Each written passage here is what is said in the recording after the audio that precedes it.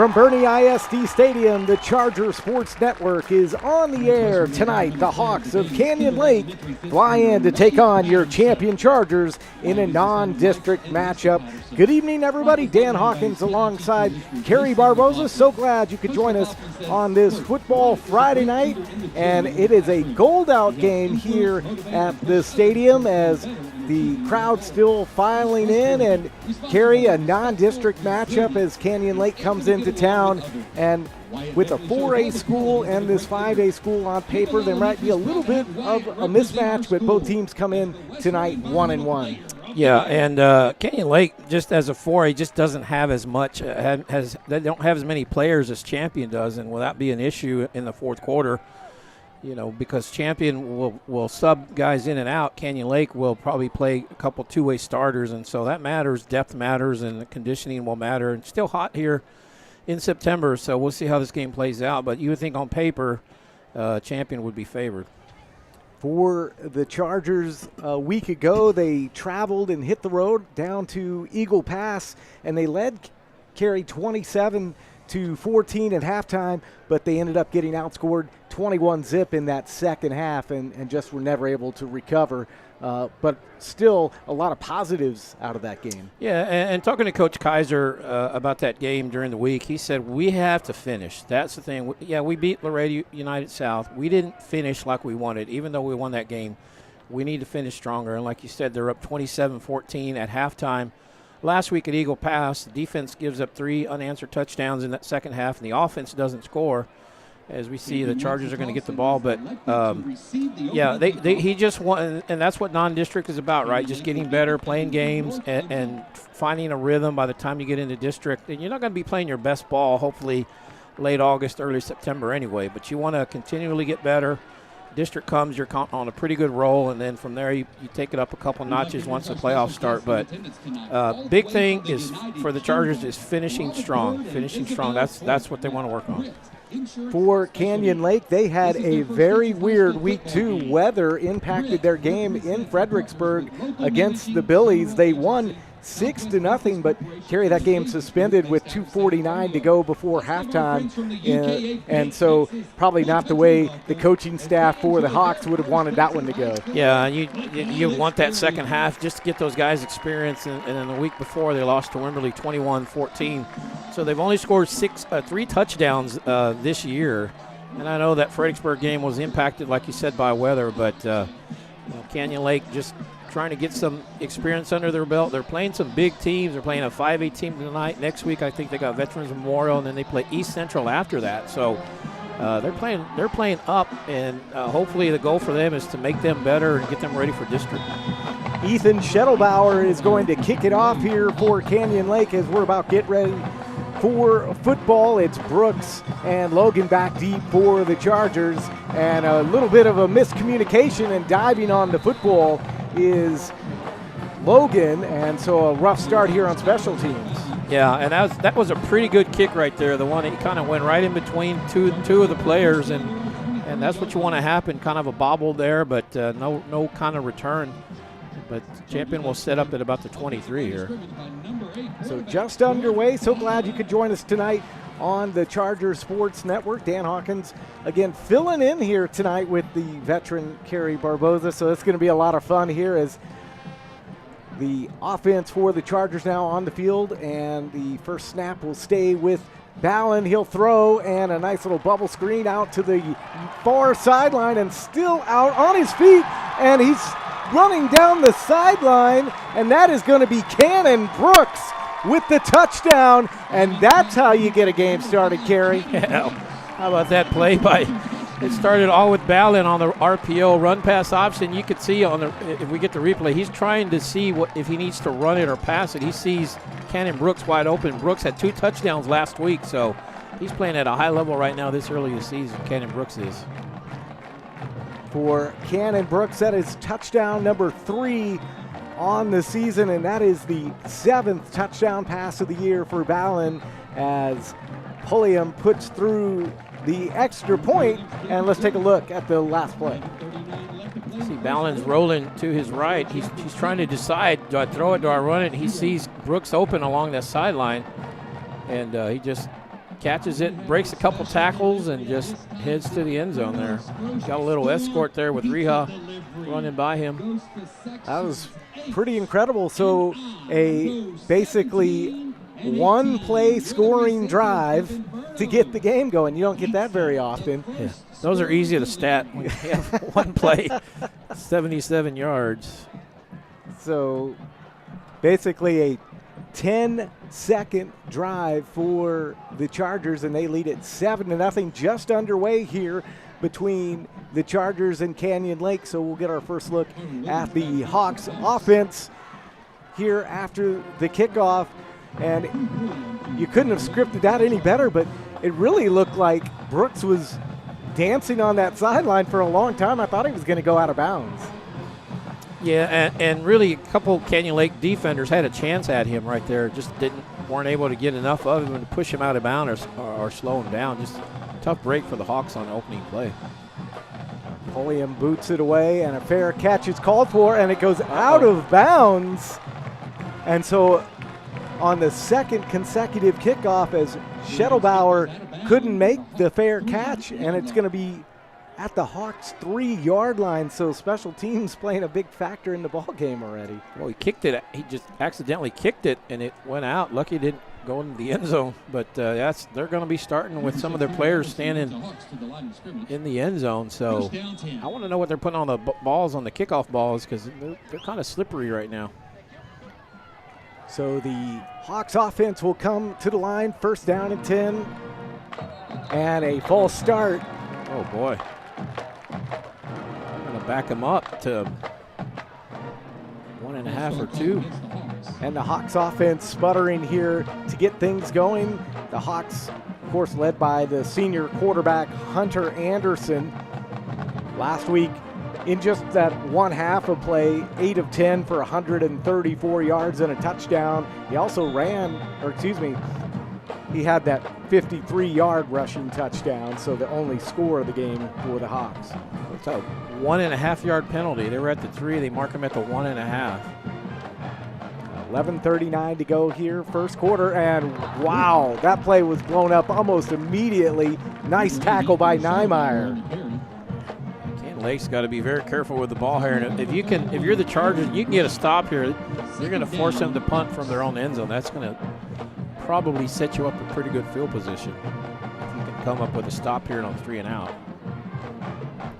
So no gain on to play. The ball still be at the 2-yard line here. So Canyon Lake runs a very unique offense. You don't see it too much as the handoff is in the end zone, and that's going to be a safety. Yep. And there was about 5 gray shirts in the area, and there was absolutely nowhere to go for Chase Anderson. Yeah, it looked like a couple different guys got to him. Sutter Clemens was one of them. Hayden Niemeyer also there, and boy, rough start for Canyon Lake. So it is 9-0 here to start, and Kerry, you don't really see this too often. 10:59 left first quarter. Yeah, 2 scores in a minute 1 for the Chargers, and the safety is a double whammy because the Chargers just scored. Now they're going to get the ball back. So that's the only time in football where a team scores and they get the ball after they score. So Canyon Lake just kind of reeling right now. They just got to, and I think the coach may have taken a timeout talking to his guys, just trying to settle them down, just kind of get them just to relax a little, play the game, have fun out there. So we are already going to the 3rd drive of the game here, and we are 61 seconds into the contest. And so you got to imagine, Kerry, that neither coach probably saw the start of the game looking like this. Yeah, I don't know. I don't know. And Coach Kaiser, being the most optimistic Coach Kaiser, I don't know that he would have thought this was going to be the case. So Brooks and Logan will be back deep, of course, with the safety. They'll kick it off from the 20-yard line as Schettelbauer boots it away, and it's going to go towards Logan. This time a clean catch around the 35. And he rumbles down, and he will be brought down near midfield. Nice stop by Carter Williams, the sophomore. Well,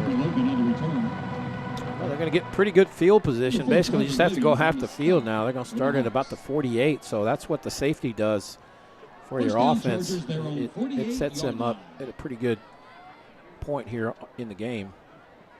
And I tell you, if you get the score here, you go up 16-0, that's putting Canyon Lake behind the 8 ball the rest of the game. The Chargers averaging 27 points a game here as the first down run play goes to the near side, and nice run from Reha, and that's going to be a Chargers first down inside the 35, close to the 30. And you see Reha on the replay. He just takes it outside, just turns it upfield, and nice gain. Runs over a defender, gets some extra yards.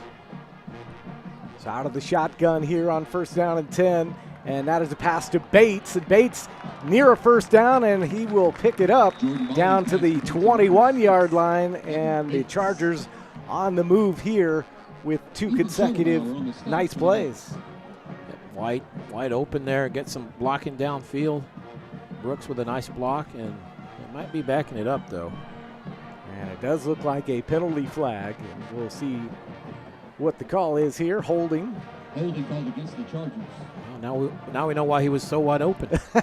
It makes a lot of sense now. Yeah. But Reha, that run he had on the first play from scrimmage, 21-yard gain for him. And that was one thing last week, just not able to get the run game going as much. I think Reha only had about 8 carries in that whole game last week, just because of game script. They had to throw a little bit more and weren't able to get that run game established. On first down again, here is Griffin Jones, still on his feet, breaks 2 tackles, misses a third, and down inside the 15-yard line, and a Chargers first down. All right, now everything's just clicking for the Chargers. Everything's going their way. And just really a couple missed tackles we see on the replay. One guy has a chance at him. Here comes another, has a miss there. One overruns him. That's 3, 4 guys. 5 guys finally bring him down. Throwing on first down again and caught by Jones, and he'll go out of bounds near the 12-yard line. A pickup of 3 brings up second down. But right now, those are the kind of big chunk plays that every offensive coordinator likes to see. Well, and this is their first second down. They've had first downs the whole time. This is the first time they've had a second down in the game. Reha, the setback, and then a penalty flag drops in a false start. So the second penalty on this drive for the Chargers. And the other one was that hold. They overcame that 10 yards pretty quick. But those kind of penalties, especially when things are going well for you otherwise, those are the things that your coaches will talk about at halftime. You got to clean that up. And that's what and that gives you something to work on, during the following week, even though it's a big win. Second down and 11. That's Reha, and he gets stuffed before he has a chance to go anywhere. So a nice job up front by the Hawks, Andrew Miller. That was a very good play by the Hawks there.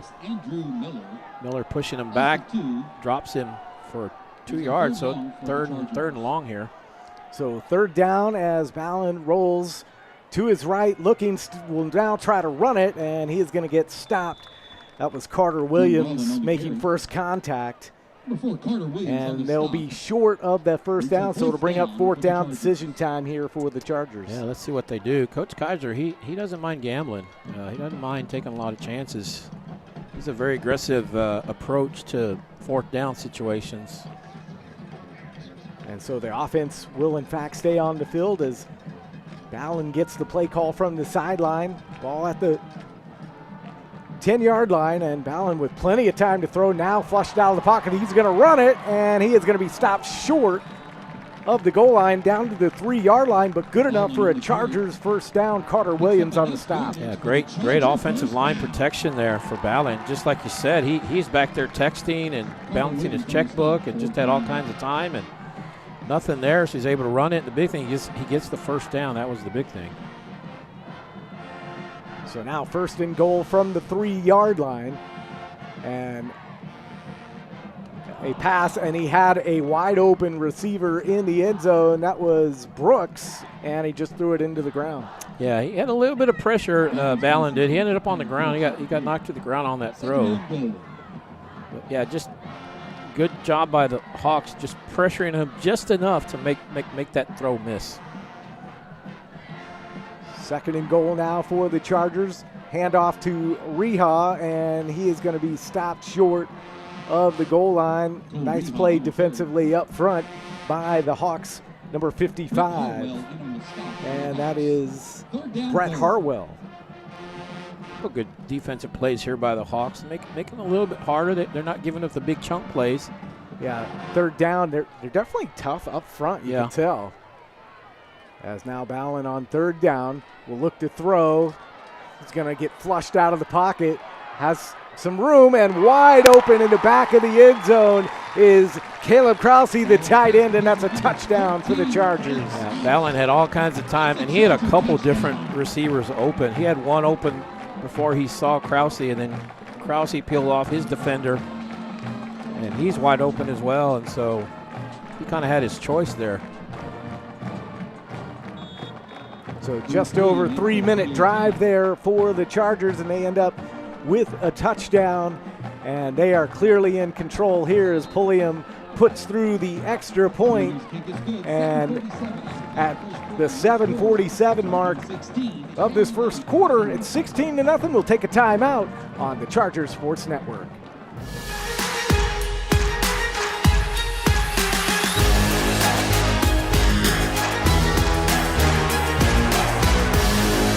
I'm Stan Leach, Boerne ISD Athletic Director, and you're watching the Charger Sports Network.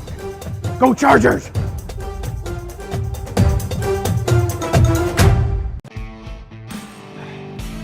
The Dog and Pony Grill has been committed to the Boerne community for over 10 years. And in that time, we've grown, but we've always stayed true to our roots, just like all of y'all. Live music, great food, and the most fun for all Chargers fans.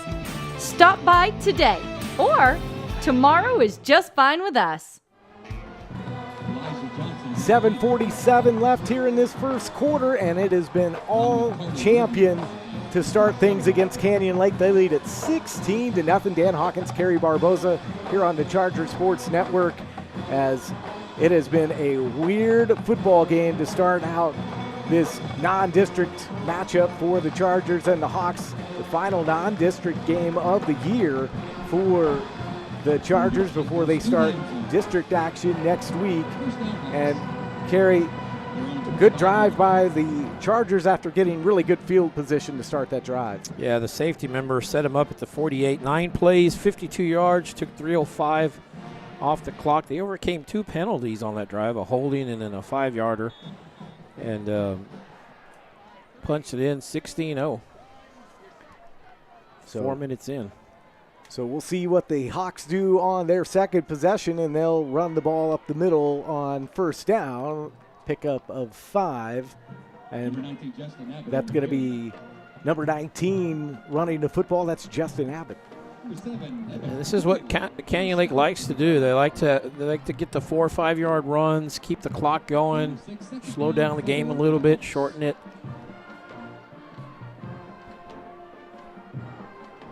It's going to be second down and call it 4 as the slot T formation there, and that's going to be Hunter Anderson throwing left-handed, has a receiver, and it's caught on the near sideline. Nice job by Chase Anderson to make the catch out to the 49-yard line, and that's an 18-yard pickup and a Hawks first down. Well, that's what you can't do with the Hawks. You can't start cheating up because they're going to try to pop one over your head. That, I guarantee you that call came from the booth. Someone in the coaching booth said, hey, these safety corner guys are kind of cheating up a little bit. Let's try to pop one over the head, and that's what happened there.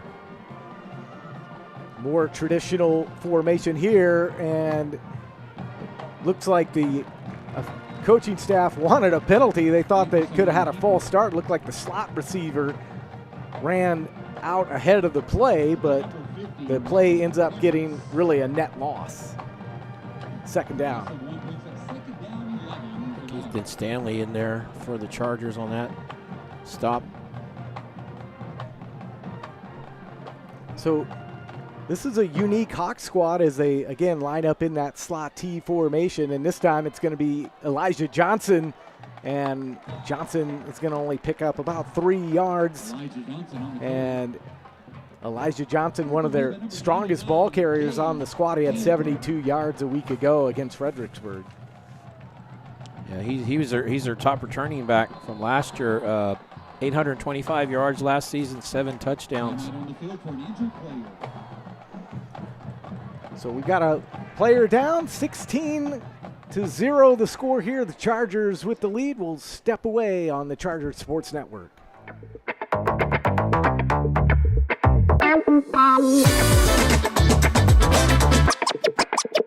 Yeah. I'm Goldberg. Thank you for watching the Chargers Sports Network. Who's next?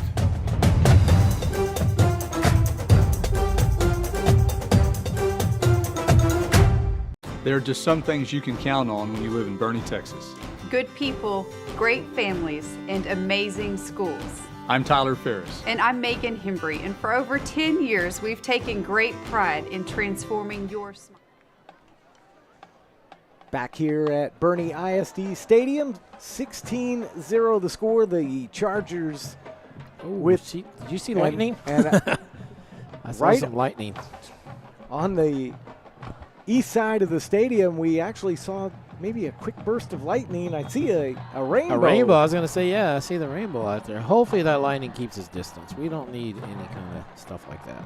Third down coming up here for the Hawks, and a false start, and that's going to back up the Hawks. And so that third down conversion going to get just a little bit harder.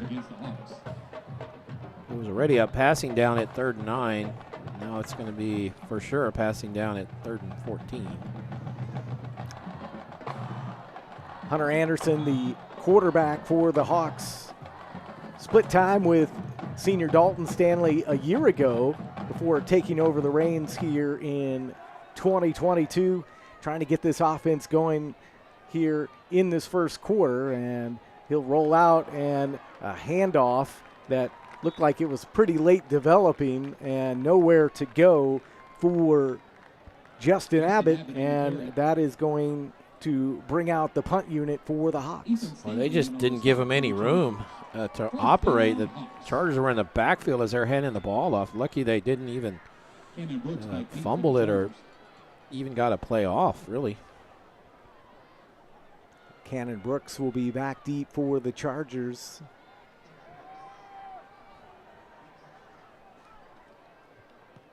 And that punt high, but it's not going to go very deep, and it's go out of bounds. And so, again, the Chargers living the offensive dream here, Kerry, getting great field position for yet another drive. Well, if you could script a good start to an opening quarter, this has been it for the Chargers. Score on the first play, they get a safety, march downfield on a short field, overcome a couple penalties, and they force Canyon Lake on a short punt. Again, another good starting spot for the Chargers here at the 38.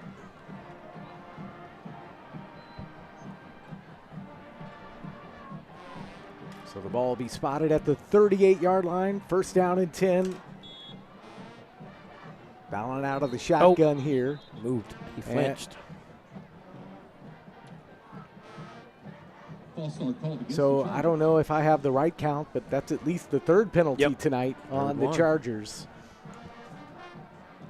And if the Chargers do end up winning this, again, that's something that they can still work on. So you can't let your team get too overconfident. Ballin flushed out of the pocket, eludes one tackler, and then he will finally be brought down. Ryan Verrett, the senior, did a nice job in pursuit and really put the pressure on the Chargers quarterback. Yeah, there's a flag out on the play. Might be a hold, but let's see, or chop block or something. Let's see. But I tell you, Ballin right there, you saw some of his moves, some of his elusiveness, how he made a couple guys miss, and he's very fast, very quick-footed. He can cut on a dime, and it's going to back him up. So that was a hold. Blocking the back, Or blocking the back, excuse me. So same difference. So it's first and forever here. Yeah, that's first in Fredericksburg out there. Ball close to the 23-yard line as Ballin now will air it out there. Has a man across the middle. It's caught. And all the way down inside the 30-yard line was Evan Bates.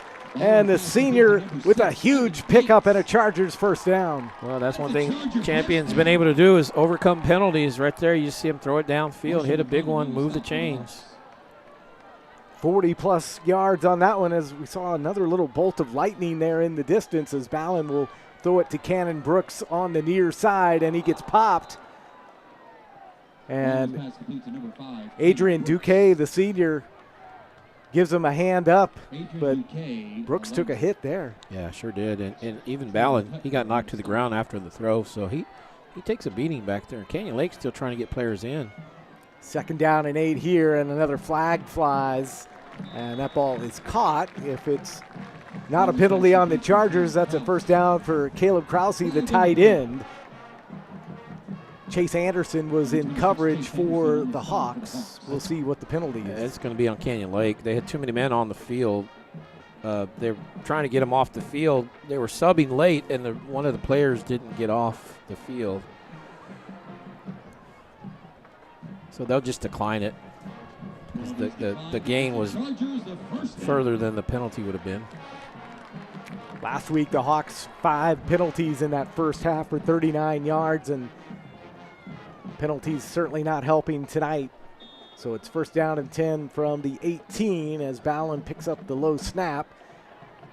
Still in the pocket now, flushed, and he'll throw it up in the air and caught sliding in the end zone for a touchdown.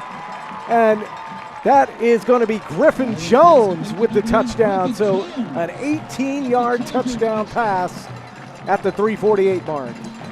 I don't know if he was throwing. I thought he was throwing it away, but me too. Maybe he saw Jones back there. Maybe that was a deliberate throw, but what you see on the replay here, Ballin just left and looking right, and he's getting flush from the pocket. He just chunks it downfield. I guess he saw Jones there. He saw that opening, and boy, he hit him. So pulling him on to attempt the extra point. And this has been all Chargers. It's 23-0 here in this first quarter. 3:48 remaining. And if you're Canyon Lake, a little bit demoralizing here in this first quarter because you just haven't had anything to speak of offensively. And your defense has had a couple of penalties. And frankly, Ballin's just made some plays, and the Chargers have shown their athleticism. Yeah, and Canyon Lake had a couple nice plays on that last drive. Hit a pass play, a nice run play, but the drive stalled. And then, if you're not going to be able to do a whole lot, maybe you want to punt and back them up. They only had a 15-yard punt, so that gave Champion another short field. But Champion does back up, but with their quick strike ability, they're just able to overcome the penalties pretty quickly. Canyon Lake with 3 deep backs to try to receive the kickoff. So it's going to be Carter Williams, Elijah Johnson. Back deep here as the Chargers will kick things off. And it's going to be bobbled and finally picked up by Johnson. And he'll run it out past the 20, and I think you saw it, but another bolt of lightning. Yeah, I've seen a couple. Fortunately, it's in the distance, but I know they have a meter. Terry Galt, athletic trainer and assistant athletic director, is somebody has a lightning meter somewhere. If it gets within a certain distance, they have to clear the field, but so far it's stayed away.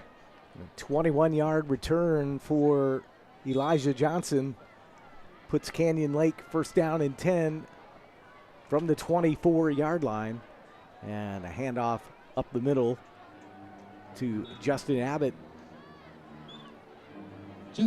that slot T offense really so interesting because they really rely on that offensive line to open up the creases for the backs. Yeah, and a lot of misdirection in that slot T type offense. You have 2 or 3 guys different running different directions. You're trying to get the defenders to chase those guys. 2nd and 7 here as Abbott now finds that seam on his feet. That's going to be a Hawks first down, and he is out to the 43-yard line. So a nice pickup for the Hawks, 16 yards. Well, Canyon Lake's had some nice plays. They just need to hit a couple in a row and just kind of establish themselves. As you see, the running back hits the hole there. Nice blocking by the line. They just need to try to get something established here. Just run off several nice plays in a row and keep the champion offense off the field and keep their defense off the field. Give them a little bit of a rest.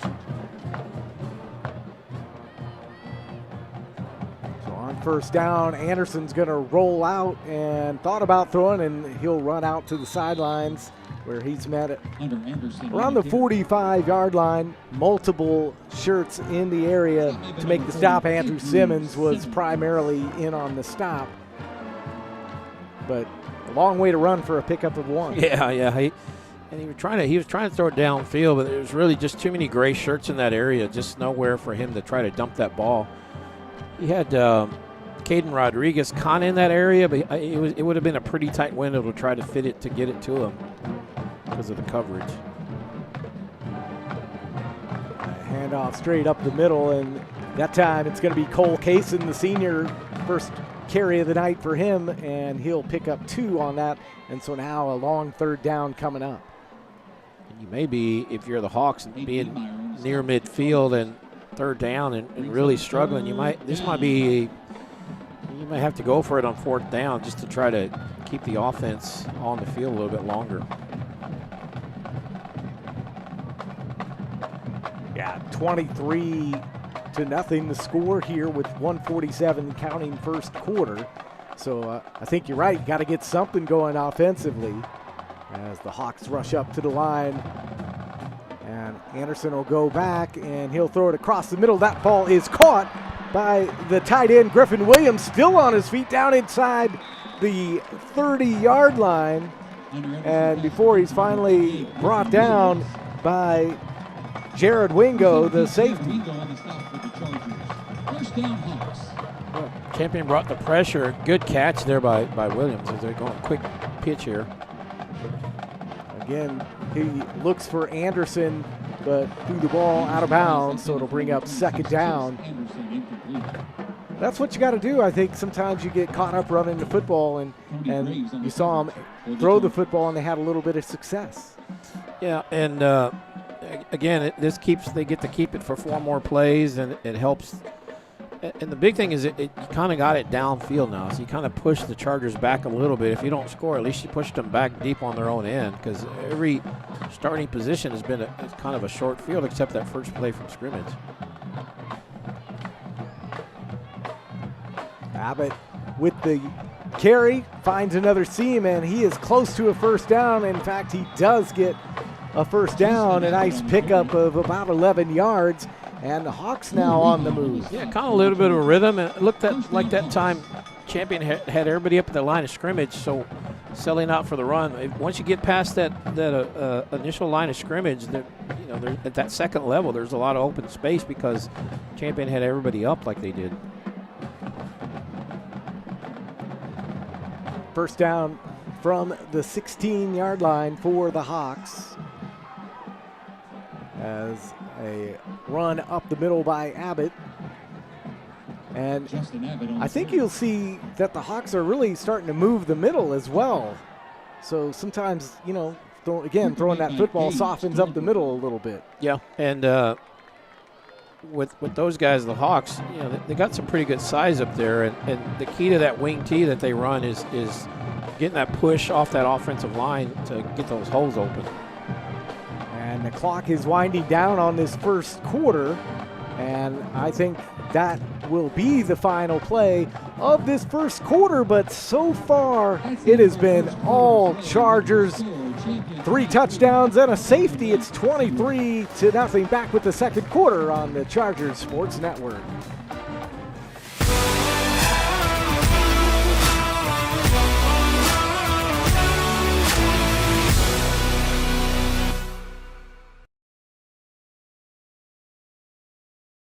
Hi, I'm Superintendent Tommy Price, and you're watching the Charger Sports Network.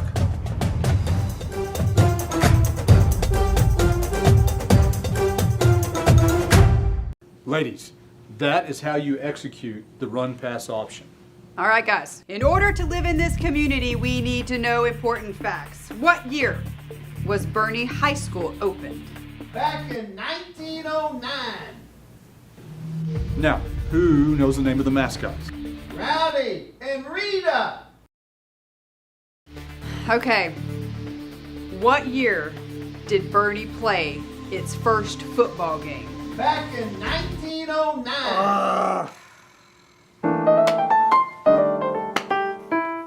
Coach Oswald.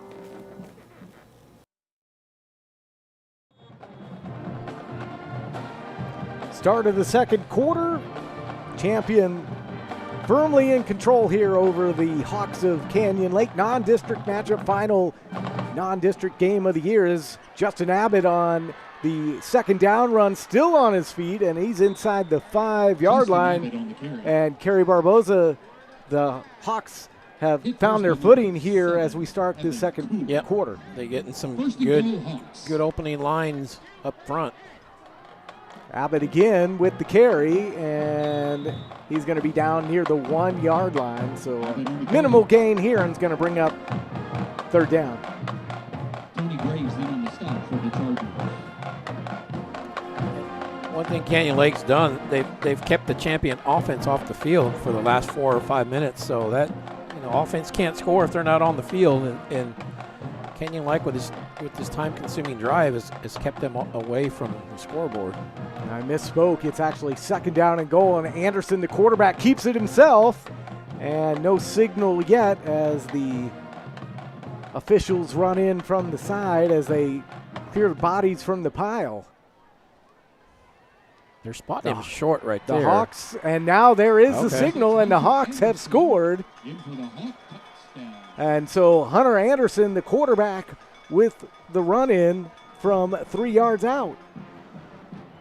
That's his second rushing touchdown of the year. Both officials came in from the sides. Neither would signal. They had to find out where the ball was and where the player with the ball was. And they got in there, said he crossed, and give Anderson the touchdown. And Hawks get on the board. Scoring drive that took 4 minutes and 42 seconds, and that extra point is blocked. And it's picked up in the end zone by Wingo, and he is not going to make it anywhere. So it will be a 23-6 score here. In the second quarter, your score champion 23, Canyon Lake 6. But pretty impressive drive from the Hawks, and something they really needed if they wanted to have any chance, Kerry, of staying in this football game. Yeah, they absolutely had to come up with something. They had to respond in some way and come up with some sort of answer.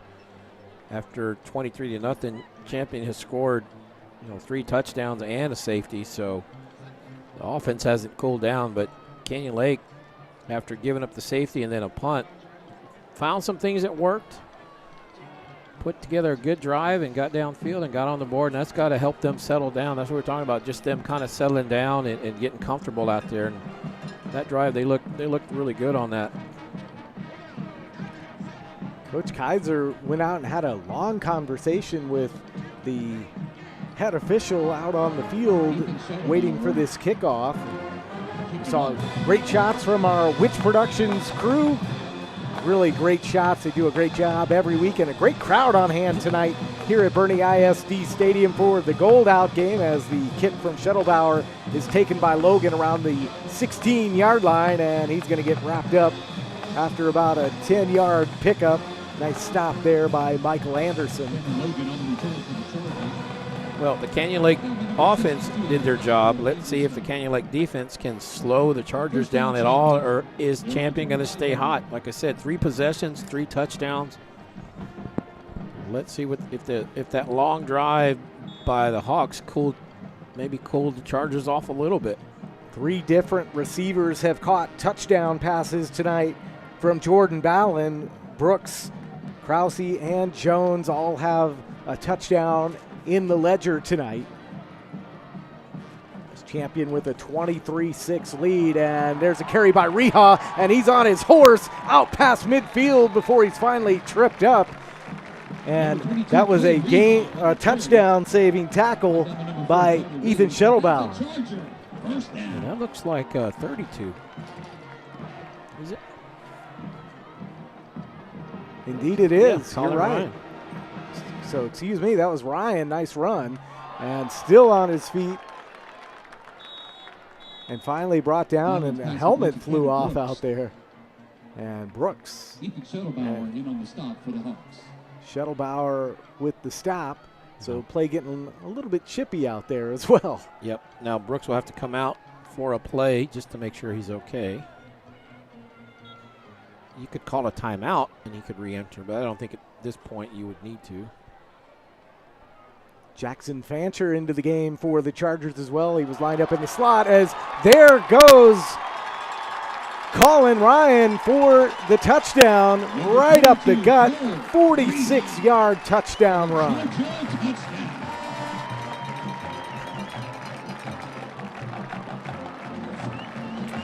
Colin Ryan, his first time we call his name, and you see fresh legs, just a quick burst both times, just got right through that line of scrimmage there and just zipped through there and didn't slow down on either run. So Pulliam will attempt the extra point here, and that is good, and it is a 30-6 game, and a little bit of a fast strike. I mean, that was a basically 43-second drive, and they answered right back to the Hawks' touchdown. Well, I asked the question, did that long drive by Canyon Lake slow Champion's offense down? No. The answer is no. We found out because they scored in less than a minute, like you said. So we wondered, when we do research for the games and talk about them here on air, but we found out from Don Holmes, who is the Hilltop Resporter. You can find him on Facebook. He gave us a lot of great stats and information about Canyon Lake, so thank you to Don Holmes. But one of the interesting things that you don't think about is the fact that this is the first time these two schools have ever linked up on the football field. Yeah, because Canyon Lake being a 4A, they've played, as we see the replays, you see Ryan just with that, like I said, that quick burst up the middle. I don't even think he was touched. He may have scored in a flag football game because no one was around him. But, yeah, Canyon Lake being a 4A, they've played Boerne High and been in their district over the years, not this year. But, yeah, they played them more, obviously. Elijah Johnson from around the 3-yard line, and he is going to get boxed in, nowhere to go, and a penalty flag flies in late. And so we'll see what that call is here with 9:53 to go in the second quarter. Yeah, I want to sign up that official because he threw that flag about to 30 yards. He was at midfield when he chunked that flag and got about a 25-yard throw on it. That's pretty impressive. Holding call is going to back up Canyon Lake, so not exactly a good start here for the Hawks to start this drive. But now I think you've got to see, is there some momentum left over from that previous drive? Right. What are they going to do to build on that success? Because frankly, their offense, did not have a really good start to this football game, so they really need to have some sustained success here and maybe keep the football for another 4 or 5 minutes. As the first down run from Abbott, he's up the gut, and just making a shoe-top tackle was the quarterback. I think that was Graves. Number 7, Evan Cool. First down, Hawks. That was Evan Cool. Sorry. Yeah, number 7. But he just got a shoe top there. Yeah, and you talk about Canyon Lake, are they going to be able to keep it up? What adjustments is the Champion front line going to do? Because that was a pretty wide open hole. And again, here's Abbott, and he breaks a second tackle, and he's out near a first down. So close to 10-yard pickup, and they're going to move the sticks. So the Hawks with another first down. And I think Champion may be moving guys in and out just to keep them fresh, but See a couple starters in the game here. And now we have a timeout called, looks like, Timeout Chargers. by the Chargers, and that could be what you were talking about, what kind of adjustments they might need to make up front. Yeah, and you see Lane Endless out there, the defensive coordinator, talking to his guys. And you also see Coach Kaiser asking Terry Gault about the lightning strike meter thing he's got. Yeah, I know on the other side of town near Cibolo, it was storming earlier. So just that time of year where the weather kind of acts funky, and if you're Canyon Lake, you got to be thinking, oh no, not again. And of course, they had their game suspended last week in Fredericksburg. And Terry went and told the officials something, and then the official is telling the other officials. So I'm not sure what the relay was. Timeout on the field is over, and the Hawks will come back out with a first down. So they've moved the ball well after starting the possession with a penalty deep on their end of the field. So we'll see if they can keep it going. And Anderson wanted to throw. Now he's flushed out of the pocket, and he's going to have to run. And he is out past the 45, and he's going to pick up a first down for the Hawks. So in business, Hayden Niemeyer with the stop. Yeah, not exactly how they drew it up. They're trying to pass, but nothing there. And the quarterback has shown Anderson he doesn't mind running. He's Yeah, last week he had some pretty good instincts running the football, finding the seams. And he is dangerous rolling out against Fredericksburg. He had a couple nice passes, really bubble screens, if you will, as a high snap forces him to try to roll out of trouble, and he's going to lose a couple of yards. And again, Niemeyer in on the tackle, the defensive captain for the Chargers. Look at all the Chargers in the backfield. There's 4 or 5 gray shirts back there. There's just nowhere where to run. And good penetration by the Charger front four there. Just getting back there, basically blowing up that play before we got going. So second down and 12 coming up here for Canyon Lake. Ball at the 44-yard line. Justin Abbott back deep, and he will take the handoff, and he'll push across maybe 3 yards, and so a long third down coming up for the Hawks. Champion is bringing everybody, trying to stop that run. They had 7 men on the line there. And this 3rd and 10, you'd think be a passing down situation.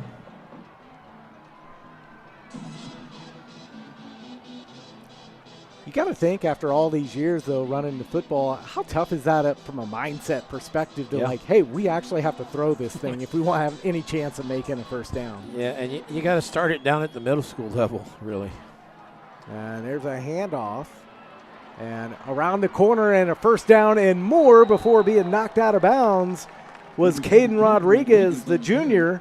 And so I guess that's why we're up here and they're down there. They run it for a first down. Well, what they did is Rodriguez just able to get to the outside, and just Chargers did not set the edge very well that time. Anderson doesn't have a chance. He threw the ball, but before the play could get going, a penalty flag and a false start. I believe that was Jared Wingo on the outside, chasing in on that last play. But that was a good job by Rodriguez, just taking it to the corner and turning it upfield. So the 5-yard penalty will move them back to the 44-yard line. The Hawks trying to keep this drive alive as the clock rolls under 7 minutes here in the first half. So I got an update from Terry Gault. He says the Lightning is showing up at 20 miles away, and that is moving away from the stadium. So good news on that front. And that's going to be an illegal motion at minimum. On somebody. And you see all those guys just piled in. They're just there's 10, 15 guys right there, right around the ball, and one guy moves and they all kind of start moving. So Canyon Lake going backwards. They're going towards the Lightning. They need to go the other way. So that'll be first down and 20. The ball will be spotted at the 49-yard line of the Chargers.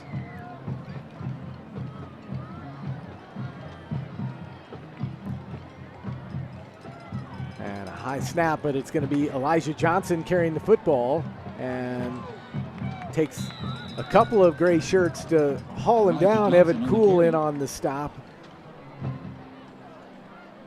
That was a good physical run, and this was the play they got big yardage on before, where he comes outside, and you can see, like you said, several guys trying to bring him down, and Johnson gets all the penalty yardage back. Those 2 5-yarders plus 1, so makes it a pretty manageable 2nd and 9, considering you're looking at 1st and 20 before he ran it.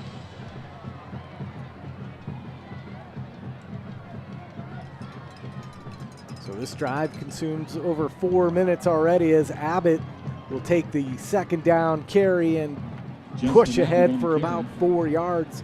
So bring up a somewhat manageable 3rd down and 5. Yeah, and this is probably 2 down. You know, you're going to go for it on 4th because you're kind of in no man's land here. Too far for a field goal, too close for a punt. And it's Abbott. Nice move inside, drives ahead, and he's going to be just short. So now 4th and 2 coming up for the Hawks. Sutter Clemens on the stop for the Chargers. 4th and 2, I don't see why you wouldn't go for it here. Yeah, and the Hawks making no indication that they're not going to go for it. Because if you punt it and it goes in the end zone, you're going to be backing them up 10 yards. This is really not really a decision here. Yeah. Well, it's an easy decision. And you know, this is what you work on. This is, you want to be able to do stuff like this in district. 4th and 1 here.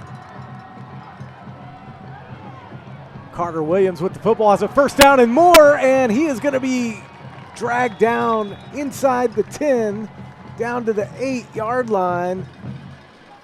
And wow, that's where you see the explosiveness. Yeah, Evan Kuhl makes the touchdown saving tackle. You see Evan coming in from the outside, just wraps him up. But Canyon Lake, when they've needed a big play, they go to the outside, and they've shown pretty good speed getting around the corners there. And Champion has struggled a little bit to set that edge and not let them turn the corner. That was a huge play. It was 4th and 2 at the 30. Abbott with the football and nowhere to go. In fact, he's going to lose a yard on 1st down and goal. And so now the ball will be at the 10-yard line with 2nd down coming up. That's a good 22-yard run on the previous play. That time, nowhere to go. Sutter Clemens, Kate Goldberg in there. A lot of different Chargers. Backed them up, actually. Lost 2. Canyon Lake, 30-ish to go, and they're content to take their time and use all this clock and milk it and not give the Chargers another opportunity to score before the half. So Abbott again lined up as the lone tailback. Oh, and boy, now self-inflicted wounds. Talk about they had 2. This is a 3rd one on this drive, and they overcame it. The other 2. Let's see if they can. But for a running team, 2nd and goal from the 15 is a tough spot to be in. Yeah, for sure. And that can't make the coaching staff very happy at all.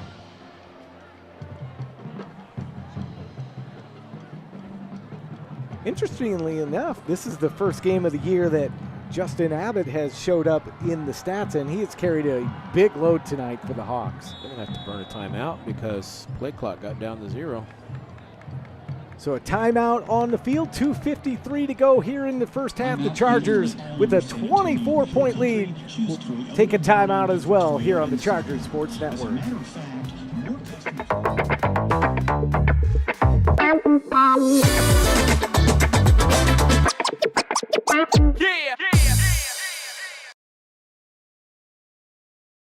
I'm Goldberg. Thank you for watching the Chargers Sports Network.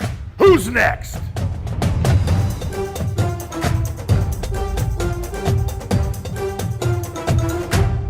There are just some things you can count on when you live in Boerne, Texas.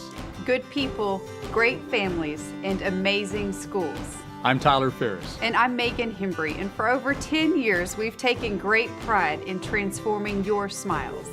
We're Ferris Orthodontics, and just like you, we're here to stay.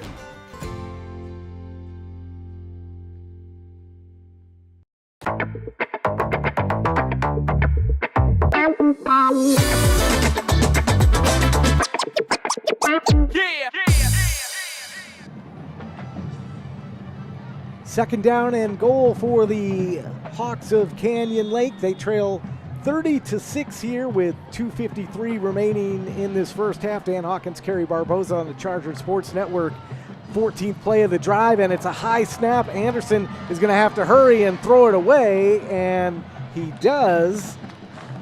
And he was rushing to get out of that tackle box. Yeah, and he was out of the tackle box. He didn't reach the line of scrimmage, but I think because he was outside the tackle box, it didn't matter. But Coach Kaiser, I don't know, he agrees that he was outside the tackle box.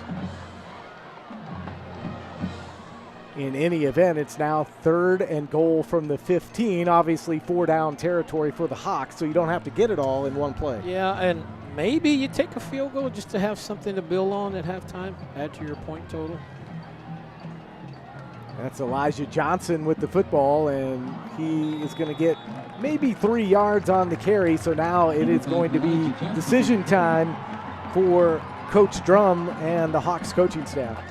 Well, normally I think you might want to go for it on 4th down because of the score, but I think the distance is the big issue, 12 yards.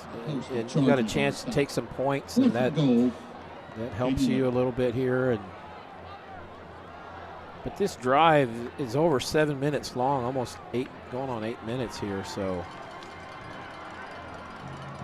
Adrian Duque, the senior, comes out to attempt a field goal. They're going to have to burn a timeout. And the play clock is down to 2, and they're icing their own kicker. So a timeout for the Hawks. A 29-yard field goal coming up. We'll step aside with 1:57 left before halftime, and the Chargers leading 30-6 on the Charger Sports Network.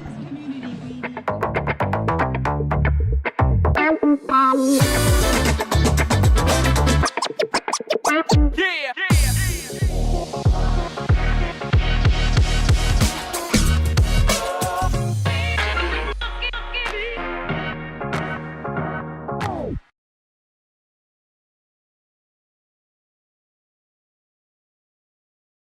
Hi, I'm Gina DeWall, the Boerne ISD Athletic Secretary, and you're watching the Charger Sports Network. Go Chargers!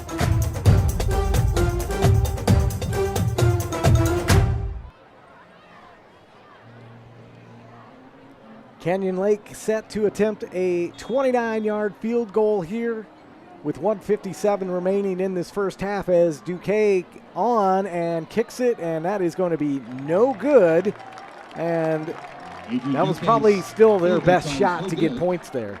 Yeah, I get why they went, for the field goal there. But how about this? 14 plays, took 8:02 off the clock. And they started at the 12, and they went to the 12. So covered a lot of yards, ate a lot of time, used a lot of plays, but just not able to get on the board. So this will be the 5th drive of the night coming up for the Chargers, and they have cashed in every time they've had the football. That's coach's dream, right? Yeah. So 1st and goal here from the 20, and a running play to start things off, and a mass of humanity pushes the pile back. And it'll bring up 2nd down. Colin Ryan with the carry for the Chargers. Adrian Duque on the stop for the Hawks. Champion, good chance here to work on your 2-minute drill. Ryan, the lone setback, has the football, and he has got a Chargers 1st down and more out to the 36-yard line, and that's a 16-yard pickup for the senior. And he's showing quick bursts. Every time he's get in there, he's hit some big gainers for him. 1st and 10 now from the 36. Ballin throws to Caleb Krause, and he makes the catch, but pays for it as he gets met immediately by Ethan Schettelbauer. Just a quick slant route right there. And hit hard, like you said, as soon as he makes the catch. Does a good job just holding on to it and getting something. Gets a few yards, 3 at least. 4-yard pickup as Ballin looking to pass. Steps up through the pocket, now flush to the sideline, and he'll run out of bounds. And there should be a flag there as Ballin was tackled out of bounds, but I don't see any laundry. Yeah, Ballin, he frustrates defenders with his ability to scramble. He's taken a lot of late hits, a lot of spearing. In one game, he got speared twice. In the South game, Loretto United, he just frustrates the guy because he's just so slippery, so elusive. So 3 wide receivers to the far side, and Ballin dropped the football, had to pick it up, and now on his horse running out near midfield, and another hit, and there's the flag. And that looks like Tristan Roberts was the guilty party. Yeah, and Ballin is great at drawing penalties. I don't know what it is about him, but I think he would have got the first down, but this is just going to add to it and push him downfield about another 15 yards. And that is the call down on the field. He had 2 or 3 of those in the South, and then talking to Coach Kaiser during the week, he had a couple of those on him in Eagle Pass. Now he's got 1 here, so but he bounces up every time, bounces quickly up off the turf. So the 15-yard penalty will bring the Chargers up to the 34-yard line. What does offensive coordinator Travis Chrisman dial up here with 28 seconds? We'll see as Ballin goes to the air, has a man that's caught, and that is Brooks, and he is fighting his way down to the 10-yard line, but a penalty flag as well. That might be a face mask. It seemed like when they tackled Brooks that got him up high around the helmet. With the replay here, just look at this beautiful throw. Ballin, of course, a baseball player, plays shortstop for the Chargers, and I think the tackle got him up by the helmet. I don't know if it was a horse collar, not sure. Braden Welch in on the stop there for the Hawks, and still a discussion down on the field. 17 ticks remaining here in this first half.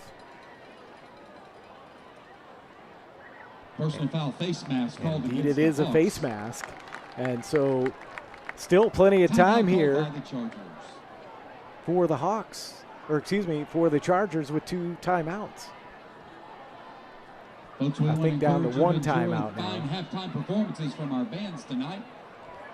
After their performances, 2 15-yard penalties on this drive. Purchase your Gold Out t-shirts. Really helped the Chargers shorten the field. Yeah, no, those are the kind of penalties, especially on the same drive late in a half, that when you watch film and you were maybe the offending party, that's going to be tough to watch. But now the Chargers now inside the 10-yard line, so first down and goal. Ryan stays in as the single setback. Oh, somebody moved. And so a little bit of start called against the Chargers. Rough last minute of this first half as a 5-yard false start penalty will back up the Chargers near the 15-yard line for first down and goal. So with 17 seconds, you got a time for a few different plays here. Yeah, and they still have 1 timeout. So Ballin will go to the air. That ball is caught, and that is number 32. That is Colin Ryan. Colin Ryan. Had 2 touchdowns in this quarter. He had that 46-yard run earlier, and then right there, nice catch, and just coming out of the backfield, a little wheel route out of that backfield, and just not picked up by the Canyon Lake defense. And just you see Ryan, with that quick sprint that he's got, gets in there. Colin Ryan's first 2 touchdowns of the year tonight, both here in this first half. And the Chargers put the extra point through. They now lead it 37-6, and that has to sting for this Hawks offense. You see the replay there. Yeah, he really didn't get touched till basically got near the goal line. I mean, he was that wide open. Just like I said, come out of the backfield, just didn't pick him up. So Champion has scored every time they've had the ball. Plus the safety. Yeah, so 5 offensive, 5 possessions, 5 touchdowns, and then, like you said, the safety, so that even the defense has gotten in on the scoring tonight. So the kind of half, from a stat perspective, you like to see. Some things, though, probably they'll talk about at halftime. They did rack up some penalties, especially in that mid part of the first quarter and into the second quarter. Yeah, and I thought one thing Champion did on that drive really well is they burned the clock. They only left Canyon Lake with 10 seconds. They took over at 1:51, and they used 1:41 of that. So leaving the Hawks with not a lot of time right before the half.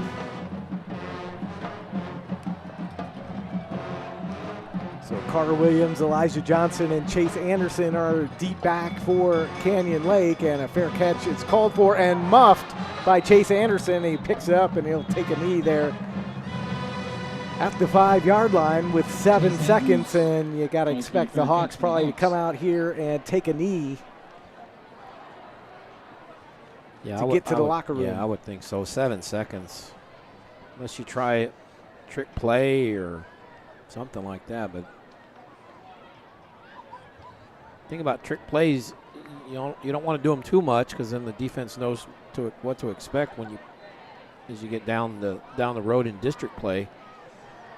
You want those trick plays to be a surprise, and they've not seen them on film. So I would think just a simple handoff.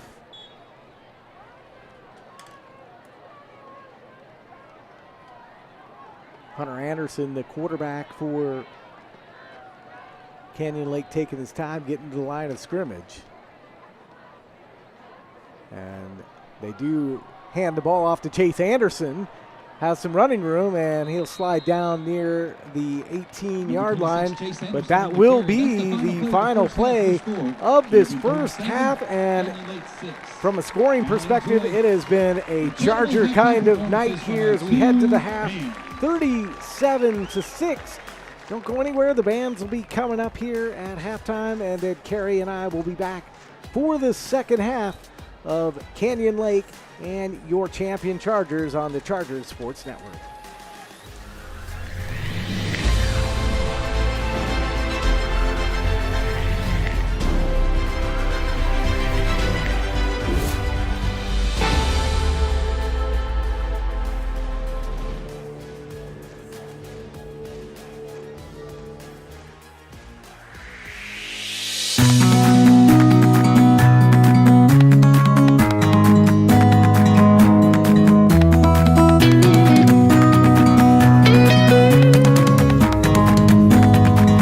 My name is Jenny Brewer, and I coach cross country and track at Champion High School, and I teach in the business incubator and entrepreneurship. I remember my high school cross country coach made a very big impact on me, and when I went to college I realized that I wanted to be a teacher and a coach. I was fortunate enough to get into at Kendall Elementary, and I got hired there to do there as a computer teacher. Now I teach entrepreneurship and the business incubator and practicum. I really focus on, I tell them a lot that they're going to grow in my classroom in ways that aren't really tangible. They speak every day, they have to stand up and they redesign usually a consumer product or packaging of some kind as their warm-up every day. I kind of get them into the mindset of when you're 5 and you go into kindergarten and the teacher asks a question, 20 hands go up. Everyone wants to pick me, I want to answer the question. And as they get conditioned into high school, they lose some of that sometimes because either someone has said you're not smart enough, or they're worried about answering the wrong, saying the wrong answer, or they're worried about the way that they're perceived by their peers. And so I try to get them to say, when you're redesigning things, go back to your 5-year-old self and just make it like there's no rules, and to go back to really having an ability to use your imagination. Coach Brewer did a great job of taking students from the beginning stages of their plan, where they were uncertain about ideas, just formulating the plan to a very well polished presentation. So, and that was a lot of the time she spent just with the students and preparing and planning and rehearsing. The coaching, you always prepare to win, and that's what she does in the classroom with her students. I think we were really lucky to have such a woman be able to teach us, and she was just so hands-on. She was definitely our class's mom away from home. She was just amazing, and so if I had a rough day or a good day, I could tell her about it, or if I needed good advice, or I had someone that I could kind of lean on. What an outstanding woman. To do what the things that she does, not only on the coaching field, but in the classroom, speaks a lot of volumes to, why she was our Teacher of the Year and District Teacher of the Year. As a career in general, whether it's in the classroom or whether it's on the track or in cross country, pouring into kids gives you so many things back that are just, it becomes your identity because of the way that the kids feed you and you feed into the kids. And it's, that's the special, that's what my coach did for me in high school.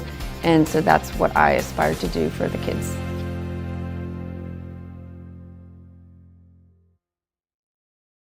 I'm Goldberg. Thank you for watching the Chargers Sports Network.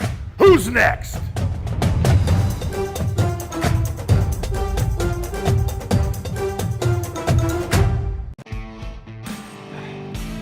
The Dog and Pony Grill has been committed to the Boerne community for over 10 years. And in that time, we've grown. But we've always stayed true to our roots. Just like all of y'all. Live music, great food, and the most fun for all Greyhounds fans. Stop by today, or tomorrow is just fine with us. Hi, I'm Congressman Chip Roy. As the father of two, I can tell you that no parent, especially your parents, want to get a call that their child died from fentanyl. The mother of a University of Texas football player got that call last year. The parents of 3 kids in Hays County, where I live, got that call in the last few months. All it takes is 2 milligrams, which fits on the end of a pencil, for 1 pill to kill. In fact, over 40% of drugs DEA has confiscated across our country have contained a lethal dose of fentanyl. Because all kinds of drugs, Adderall, Xanax, others, including fentanyl, are cooked up together in unsanitary labs run by cartels in Mexico. Last year alone, 72,000 Americans died of a fentanyl-related poisoning. Over 150 people a day die from poisonings related to synthetic opioids like fentanyl. And fentanyl poisonings have now become the #1 cause of death for U.S. adults 18 to 45. Remember, it's not worth losing your life. Remember, only take medicines that come from your parents, from doctors that you know, or from teachers that you know. Because again, remember, 1 pill can kill. Hi, I'm Gina DeWall, the Boerne ISD Athletic Secretary, and you're watching the Charger Sports Network. Go Chargers!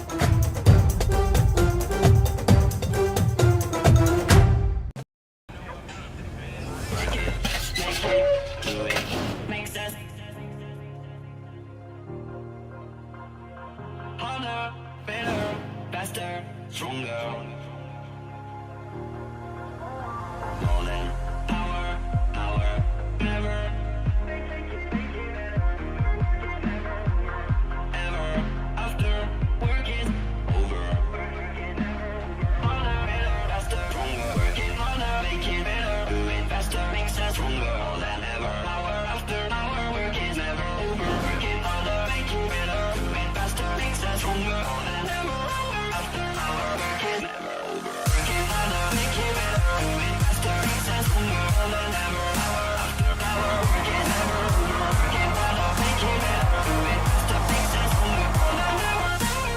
Boerne ISD is proud to host First Responders Nights at BISD Stadium. Thursday, September 22nd, when Champion hosts Buda Hayes. And Friday, November 4th, when Boerne hosts Fredericksburg.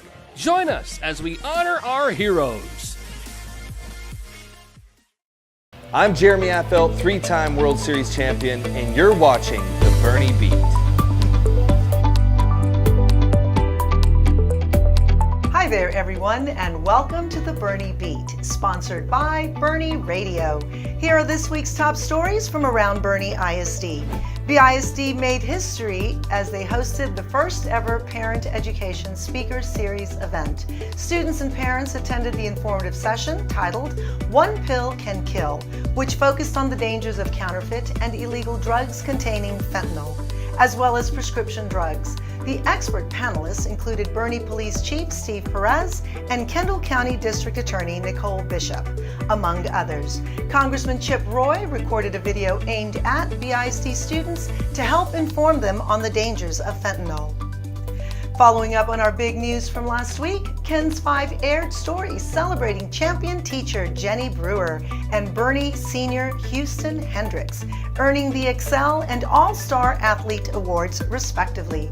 To watch the Ken 5 stories, please visit our website. Boerne ISD students had a wonderful time at the Kendall County Fair. BISD special education students experienced all the fun at the fair, including a petting zoo, carnival, face painting, and much more. BISD students volunteered to assist their friends and peers at the fair to help make the experience a memorable one. And now, here are the elementary photos of the week.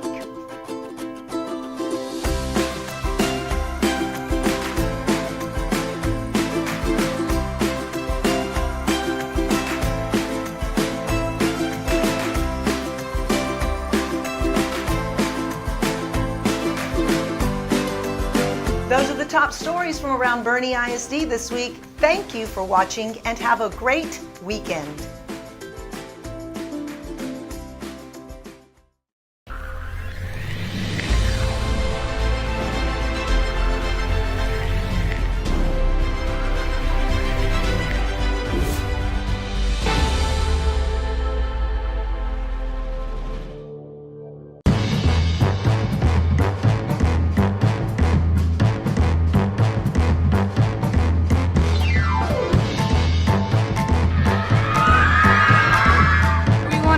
To create a program for across all of our school district. We want to create the best fine arts department, specifically theater arts department, in the entire state across all 3 of our campuses. I think it was also a great opportunity for the 5th coming into 6th, getting to tour the campus, the theater, learning where props go, where set pieces go, and so it allows them, I think, in August to feel a little bit more comfortable starting middle school. I think it teaches theater in a completely new, different way. We get to do a warm-up and games, which just kind of open you, and then we get to practice for our play, which we've been doing all week. That was in 54? That was in 58! 54 was the year we had that big eye storm. It's different from what I normally do. I was actually the lead in our 6th grade play that we did, and I just thought, I'm very close to my grandpa, so I was like, why not the old man? And it's really funny to play him, seeing what they do. I learned how to project, I learned how to improv, and I also learned how to put on a different, how to character somebody else, because I'm definitely not a weather woman. I also got to have an experience with some of my friends who I already knew who went to elementary school with me. So it was very fun getting to meet people who were from the North, Voss, South, and a ton of other schools. Well, this was our first year to offer.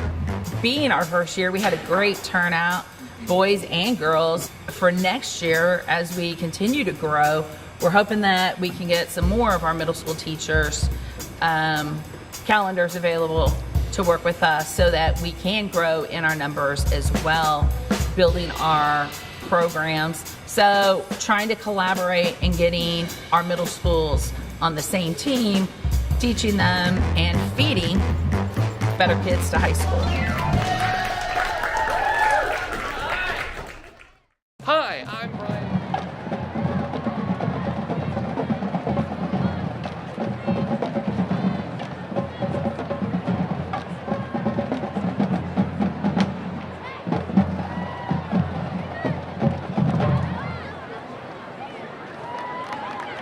welcome the 2022-2023 Champion Charms Varsity and JV dance teams. JV officers for this year are Major Addison Knocker, Major Rachel Simmons, Major Macy Zunker. Dance team officers for this year are Lieutenant Cameron Leslie, Lieutenant Chloe Wallace, Colonel Cambry Beavers. Last week's Champion Charm of the Week was Avery Collins. This week's Champion Charm of the Week, Carson Jones. Please welcome the Charms as they perform to Party Rock Anthem.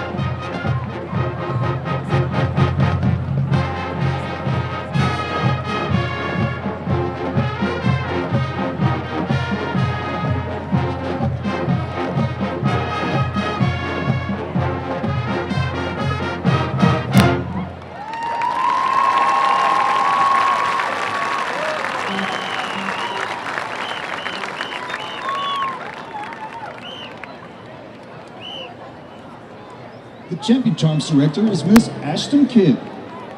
Managers and trainers are Ceci Garcia Bowles, Kendra Burnett, Sophia Hammond, Natalie McLean, Ava Smith, Mia Tyler, Alessandra Villalobos Costec, and Danny Zamora Gonzalez.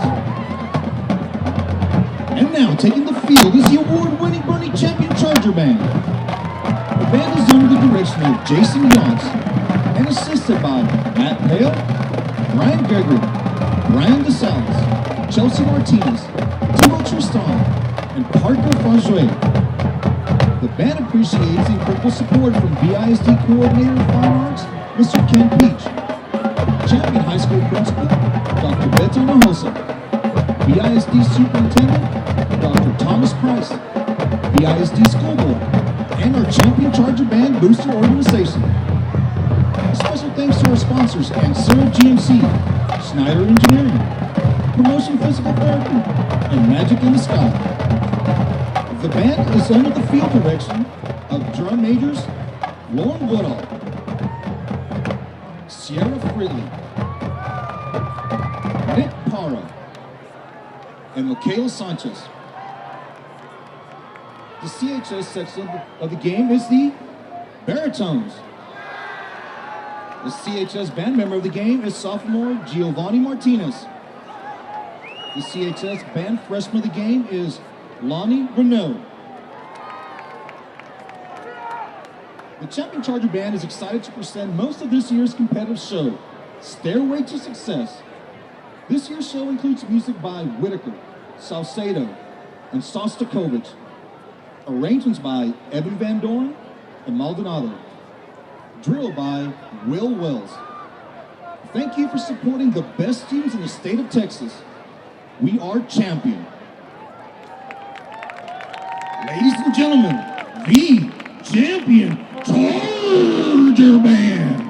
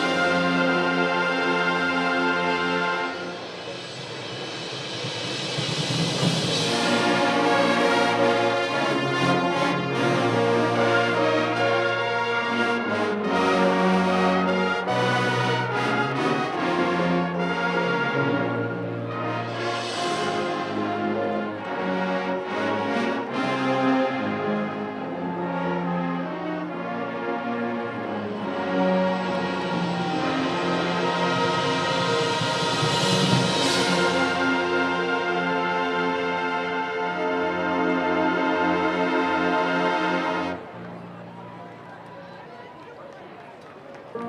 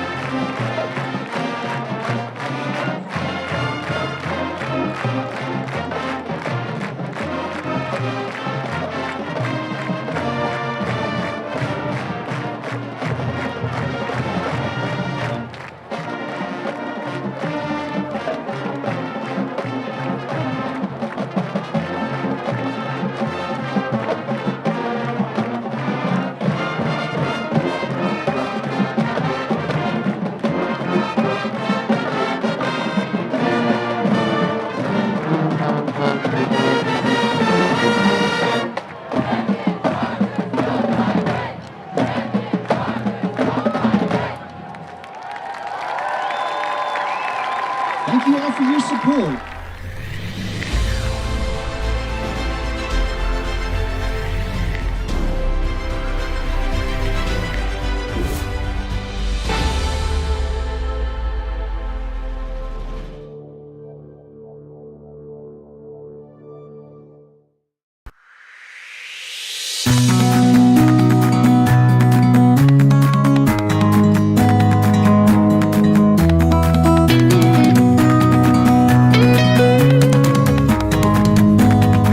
Hi, my name is Jenny Brewer, and I coach cross country and track at Champion High School, and I teach in the business incubator and entrepreneurship.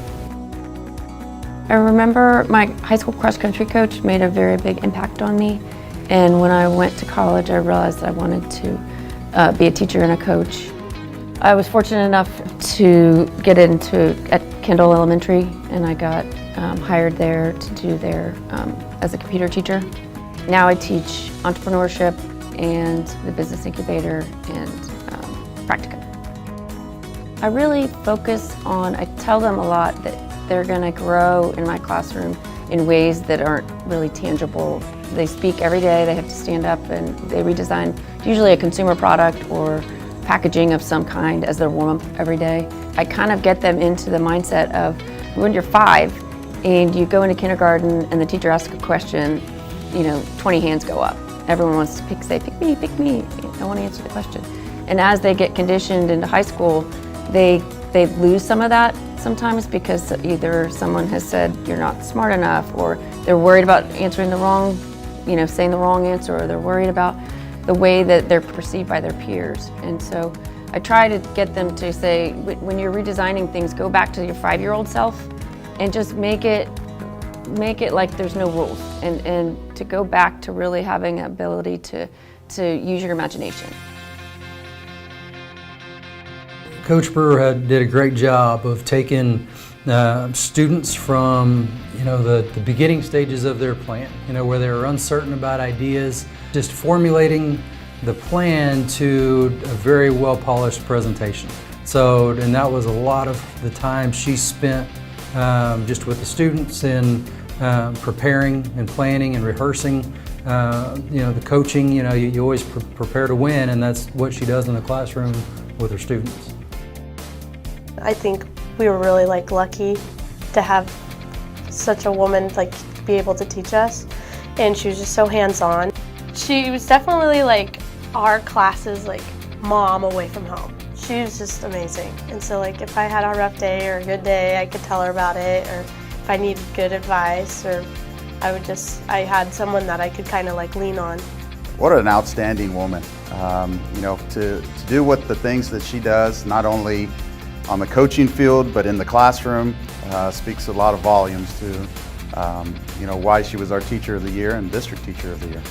As a career in general, whether it's in the classroom or whether it's on the track or in cross country, pouring into kids gives you so many things back that are just, it it becomes your identity because. Welcome back to Boerne ISD Stadium. Start of the second half between Canyon Lake and the champion Chargers, 37-6 at Cary. It has been a score fest as we look at some of the highlights, but Colin Ryan, a couple of touchdowns, one including a 46-yard touchdown run. You see it right there. Jordan Ballin, 4 touchdown passes. Brooks, Krause, Jones also getting in on the scoring action. But it has been all Chargers here for this first half. Yeah, Griffin Jones with the catch there. I just wondered if Ballin was trying to throw that away, but he makes a nice throw, hits him, and then you see him running right. Just Krause right there with the touchdown reception, and here we go. So Elijah Johnson will let that bounce and go into the end zone for a touchback. Canyon Lake will get the ball to start here in this second half. 5 drives in that first half for the Chargers. 5 touchdowns, 4, of course, in the air, like we said, and 1 rushing touchdown. 10 now on the year for Jordan Ballin, and he showed his versatility. But really now, what kind of adjustments does Canyon Lake need to do, obviously, here in the second half to not only try to get back into this football game, but also, try to get out of here with, some work getting done? Yeah, they did a couple good things on their drives. The last couple drives, that last one stalled after a 8-minute drive, but they just got to be able to finish some drives here.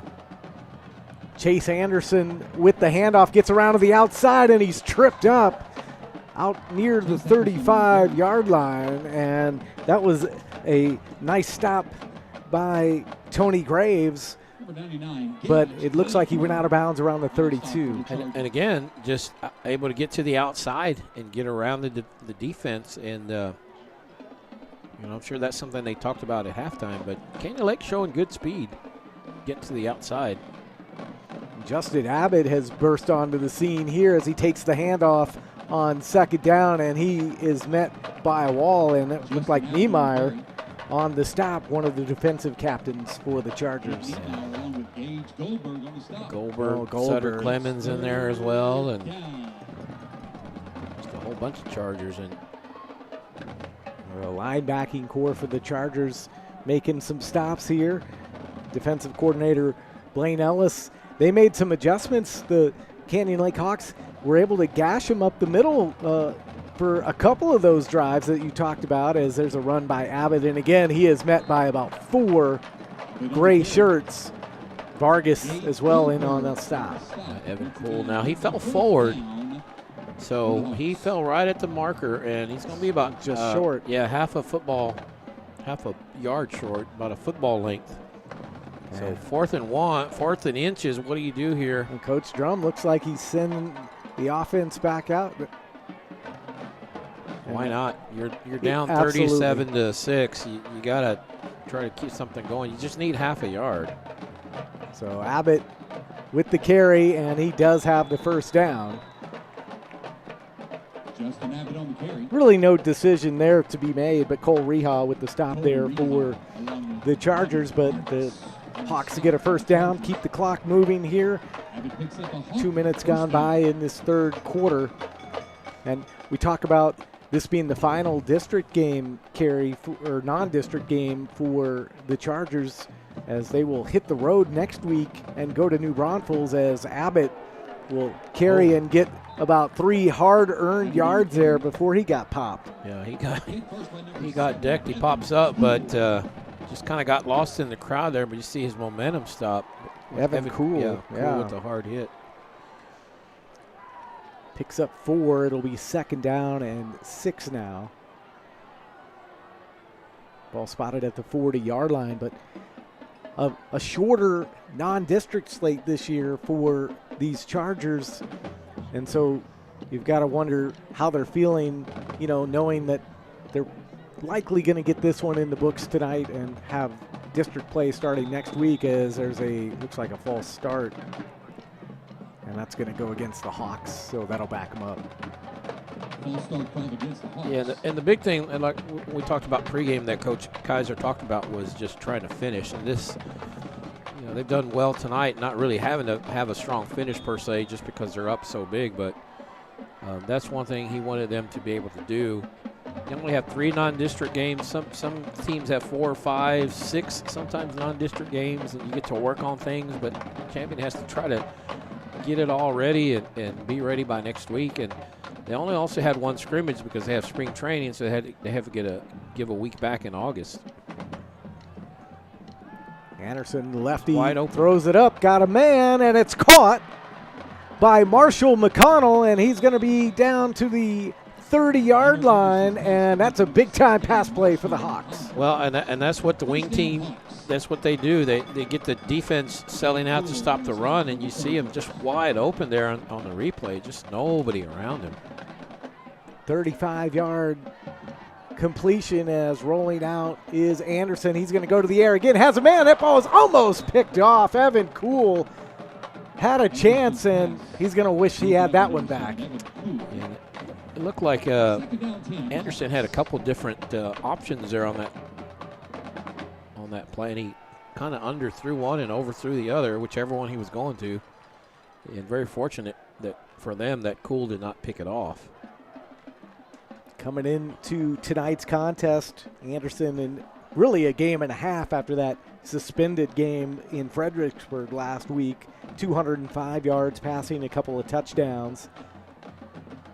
Anderson did score the lone touchdown so far tonight for the Hawks as Elijah Johnson hammers a carry down close to a first down.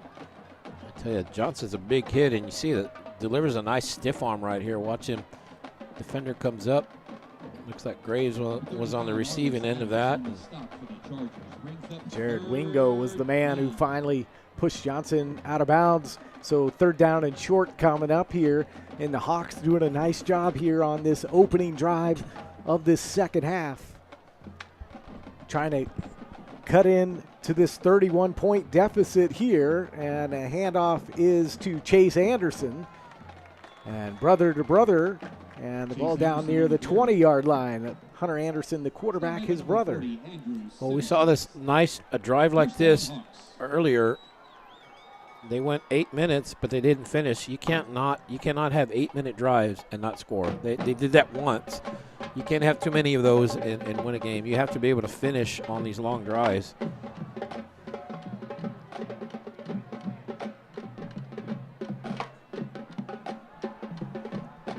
Here's Anderson rolling to the near side, and he's going to be pushed out of bounds. And it looks like Arlis Addix was the man who made the push out of bounds. Addix is a speed guy for the Chargers. I tell you, give Canyon Lake credit. They've done a good job getting to the outside and finding some room out there to run along the sidelines. Pickup of 7. It's now 2nd down and 3. Ball at the 8-yard line. So Canyon Lake doing a nice job here on this opening drive as Chase Anderson now rows around inside, finds the seam, and he's in for the touchdown. 8 yards out, and Canyon Lake puts a 6 on the scoreboard. Just a good run by Anderson here. Just getting it to the outside, cutting it upfield. Just had a nice seam, good blocking downfield. 2nd touchdown of the year for Chase Anderson. He had a 31-yard touchdown reception in week 1 against Wimberley, as coming on to kick the extra point is Adrian Duque. And that one is up and through the uprights.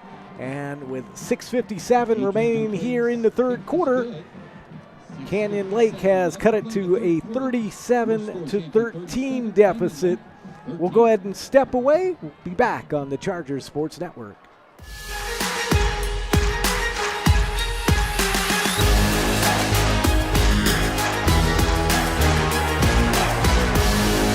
I'm Stan Leach, Boerne ISD Athletic Director, and you're watching the Charger Sports Network. Go Chargers!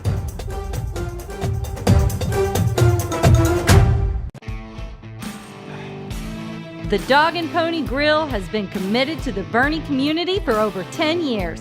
And in that time, we've grown. But we've always stayed true to our roots. Just like all of y'all. live music, great food, and the most fun for all Chargers fans. 37-13 the score. The champion Chargers on top of the Hawks from Canyon Lake. Final non-district tune-up for the Chargers as Cameron Logan takes the ball around the 15 and will bring it out close to the 30-yard line as the Chargers will get their first possession here in the second half.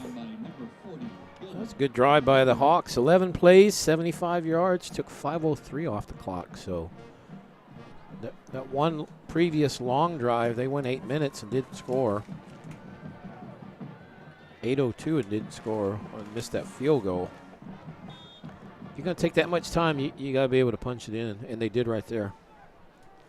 Jordan Ballin brings out the Chargers offense back onto the field. Of course, Jordan with 4 touchdown passes in that first half. Looking for more here, has a man underneath, and that is caught. And that is going to be Reha with the catch. That's Chase Reha, and a first down for the Chargers. Yep, the other Reha getting in on the action here. Thing with Cole is he plays defense, so you kind of limit his plays on offense. And that ball is caught on the far side, and a nice pickup for the Chargers there as well. And that looks like that is going to be Colin Ryan. And another, well, very close to a first down. It's going to be second and less than a yard. Backed it up just a tad. Well, we know Champion has scored on every possession, so let's see if they can keep that string going.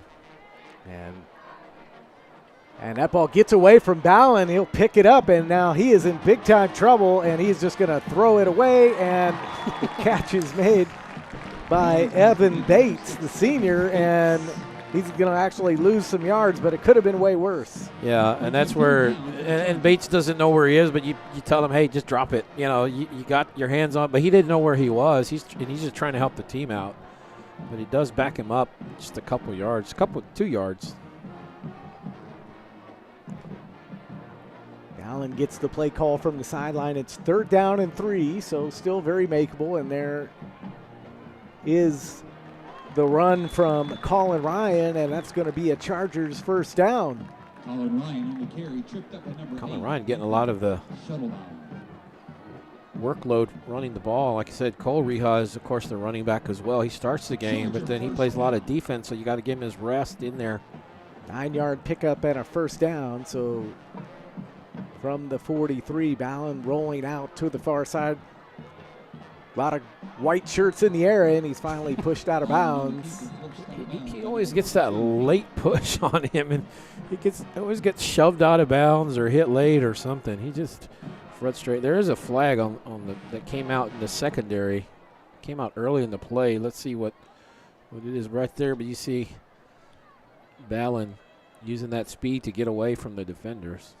Dylan Wunderlich, a junior for the Hawks, pushed him out of bounds, and penalty called against Canyon Lake. Penalty against the Hawks. Not sure what the call was. 5-yarder.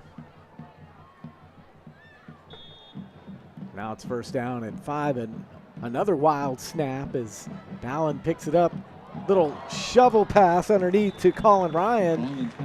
Picks up about 4 yards, but that was pretty nifty, and Ballin a little slow to get up. Yeah, he took a pop there. As soon as he delivers it, he's going to take a hit. And that's the shortstop in him. Slow to get up. We got a Canyon Lake player down, but that's a shortstop in Ballin, just kind of pitching it to the second baseman. That's what he did right there to his running back. Jordan Hill was the Hawk that collided with Jordan Ballin.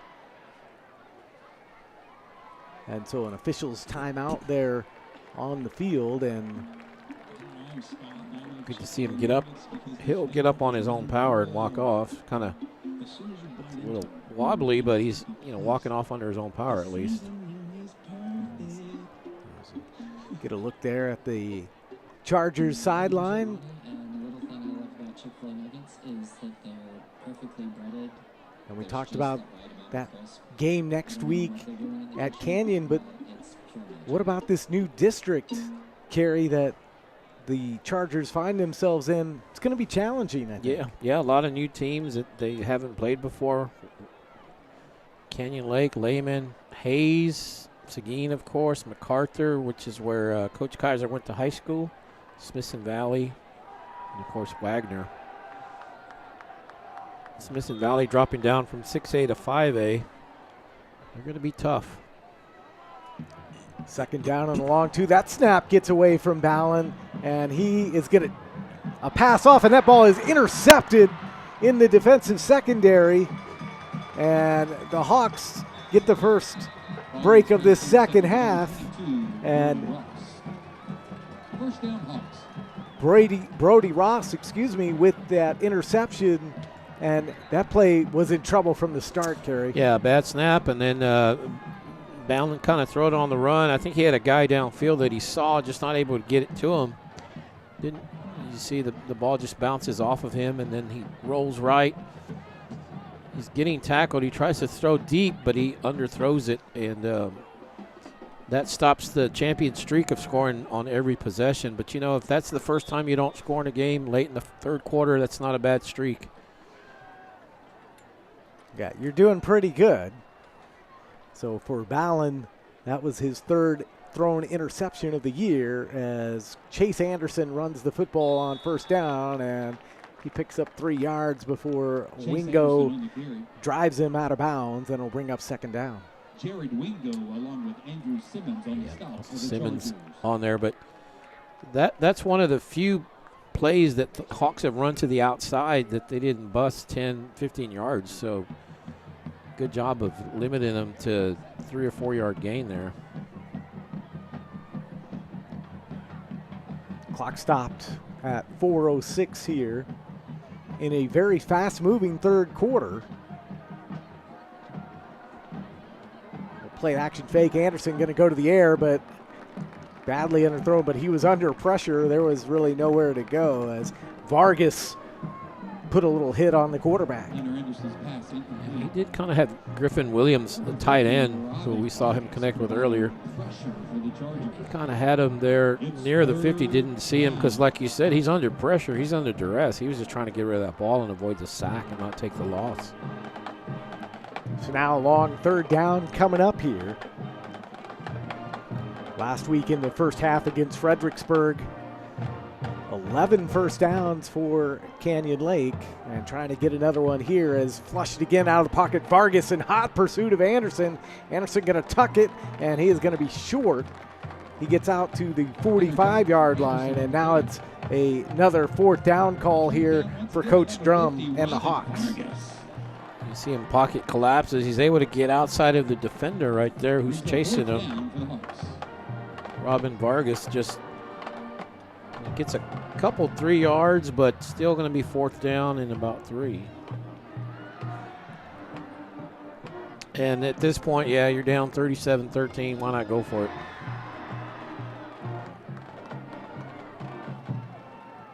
So the Hawks will go to the air here, and that ball in and out of the hands. It went off the fingertips of the intended receiver, Hayden Baker, and the Chargers are in business here with 3:18 left in the third quarter.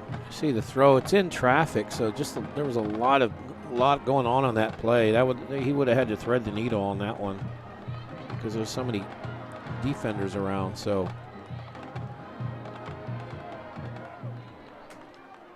great field position here, and that's really what jump-started a couple of those scoring drives in that first half. For the Chargers, they started out in Canyon Lake territory, and they get the opportunity to do so here late in this third quarter. 3 wide receivers to the near side, and Ballin goes out to Reha, and that is going to be a touchdown for the Chargers. And quick strike offense, and Chase Reha with his first touchdown of the year. Talk about a quick answer, boy. Quick response after getting the ball back. So they have made a habit of some pretty quick scoring drives. 45-yard touchdown pass, 5th touchdown pass of the night for Jordan Ballin. Talking about sharing the wealth, right? Spreading the ball all around as we see the extra kick go through. So the extra point makes this a 44-13 score. Let's take a look at that touchdown. Just makes a nice move to the outside, and it's just a foot race, and he's going to beat the defender. Both Rehas with good speed.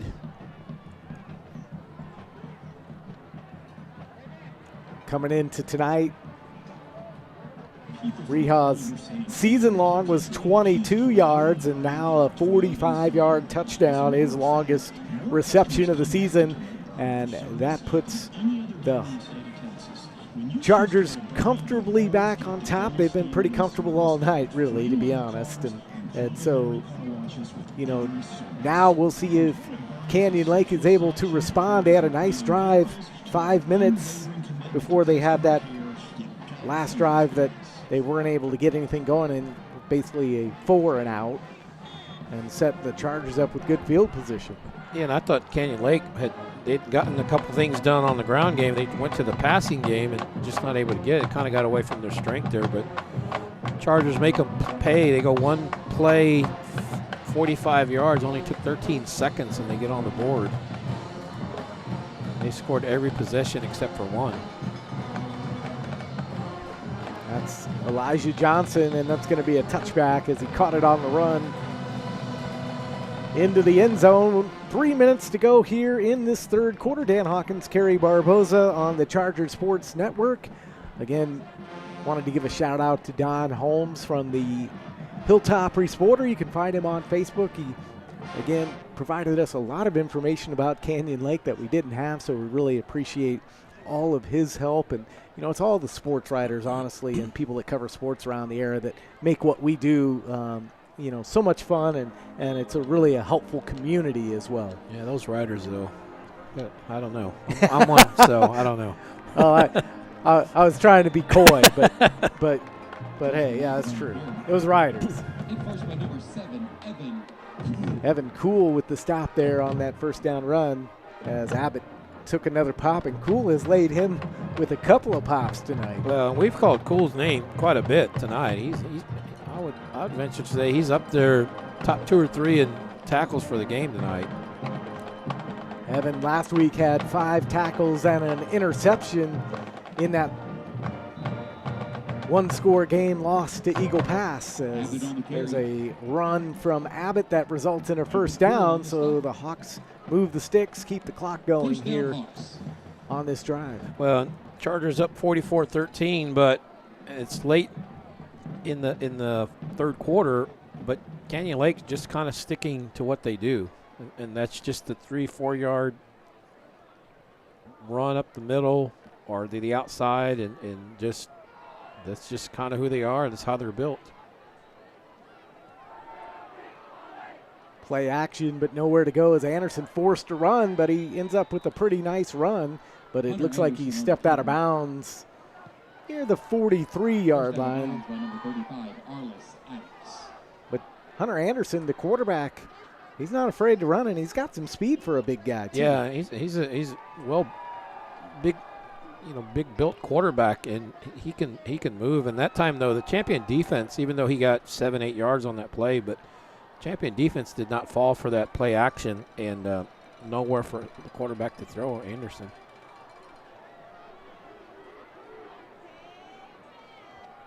This time they do go to Abbott, and he's got some running room, and he's finally tripped up, and that looked like Evan Cool again with the tackle.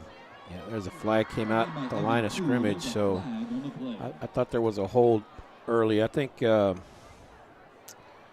Clemens might have been held, but let's see what they call.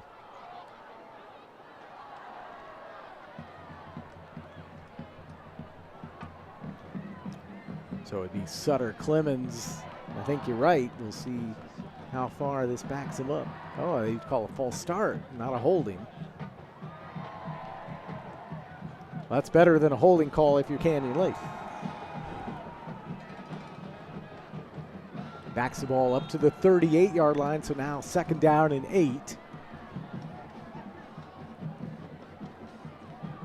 And it's Abbott.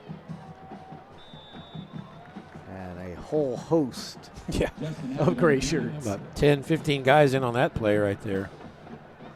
Well, that last penalty, wouldn't it have been a hold just because, as we see the replay, just because of how it was marked, 2nd and 8? I don't know, but anyway, it backed them up, and they get some of that back. But, boy, with that wing tee, there's just all kinds of bodies piling up in the middle of the field, generally on every play. This time the handoff is to Elijah Johnson, and he's got some running room, and he is going to get a first down. Hayden Niemeyer actually had a shot to get him after he just got the ball. Well, they've consistently got to the outside. See, they've been able to get to the outside and find a little bit of space out there. So, and Champion's defense, and you see Blaine Ellis, he's several yards out onto the field yelling at the defense there. Champion defense has a lot of speed, but they've been consistently beaten to the outside by the Hawks and hasn't really hurt them. They've only given up 13 points. That's the good thing, is you haven't given up a lot of points. 15 yards on that last play, 1st and 10 from the 47. Anderson wants to go to the air, looking for the big tight end, and he's got him. That pass complete to Griffin Williams, the strong end, and that ball is down near the 10-yard line. And actually looks like they're going to mark it at the 11, so a 36-yard pickup for the Hawks, and they are in business. And I think Evan Cool was guarding him. It was one-on-one coverage, but it was basically as one of the Canyon Lake players is down. It was basically, that was just a jump ball was all that was. And Griffin Williams, with his height, just is able to out-jump the defender. So in that slot T offense, the strong end, and that's the position Griffin Williams played, is really one of the best one-on-one tacklers because he doesn't get a lot of opportunities to catch the ball. That 36-yard reception, just his 2nd catch of the year. And he's got good size, good height, and he's built, well built. So once he catches the ball, he's tough to bring down.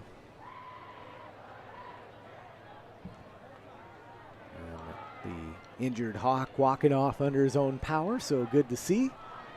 As we are down to 5 seconds remaining here in this 3rd quarter, so likely the final play of the quarter coming up. And the Hawks from the 11-yard line with a first down, trying to cut into this 44-13 deficit.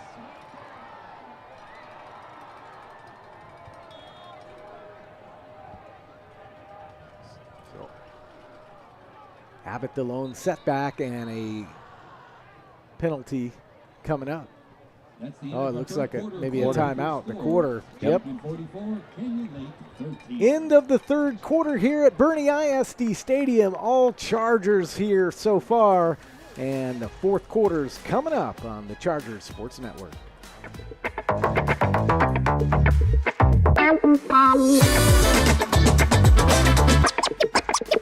Yeah. I'm Goldberg. Thank you for watching the Chargers Sports Network. Who's next?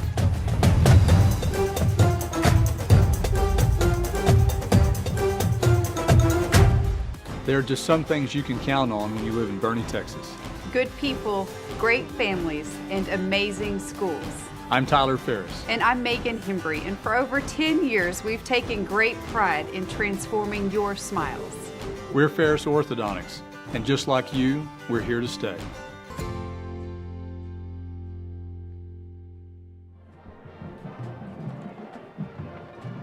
Great crowd still on hand, enjoying the gold out game here between the champion Chargers and the Hawks from Canyon Lake. Canyon Lake Class 4A team as the final non-district action for the Chargers before they hit the road next week to New Braunfels to take on Canyon in their opening district game. The Canyon Hawks on the move here. They have a high snap, and the quarterback Anderson picked it up and he ends up throwing it to nobody. To nobody. He threw Nowhere to to the go. official. But I don't know how that snap went up so high and ended up in his hand like that. That was a weird snap. It really was. And we've actually seen a little bit of weird snapping on both sides of the football here in the second half. 11:55 left in this fourth quarter, and it has been a Chargers night, and it started out well. They scored on every possession of the first half. They also got a safety, and when you said it best, the first time that you talk about, oh, we didn't score was deep into the third quarter, then I guess you've had a pretty good night. Yeah, they've scored 6 or 7 times that they've had the ball. Canyon Lake, they did have a rough start offensively, and I'm not sure what the stoppage here is here. The officials are talking about it. They're waving the flag off, saying no penalty. Now, Coach Kaiser wants an explanation.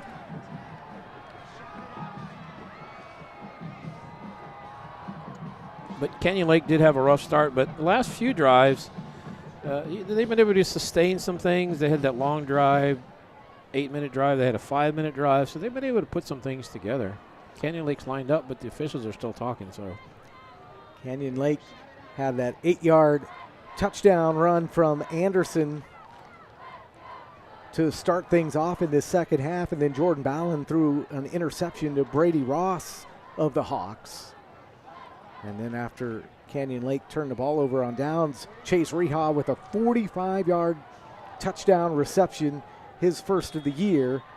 And that's where we stand now at 44-13 as Anderson will flush out of the pocket. He's going to go to the air, throws it back across his body, and it's caught inside the 5-yard line to Griffin Williams, his second reception here in the second half. I think he had one earlier, and Canyon Lake just, they like to run, but they're trying to add the passing game into their offensive sets, and they've done okay with it tonight. That's what Don Holmes sent us some information earlier in the week, and he said, yeah, they're throwing in a new ingredient this year, the forward pass. Yeah, they had 126 yards. That's like 20th best all-time in Canyon Lake history, and they did it in a half. As we get a late sub in for the Chargers here. Addix comes out, looks like. So it's third down, and the ball is in to the 1-yard line. So I thought he might have got in, but he got stopped short. And so Abbott pushes his way down, but just a wall of people. Yeah, they're just bodies flying everywhere. You almost think it's sometimes that offensive line's in the way. But Can't get past him. Yeah, but he did get a first down, so it's going to be first and goal at the 1. So they're going to have 4 cracks at this, and they're going to go for it on 4th down, unless they have a really bad play that takes them backwards.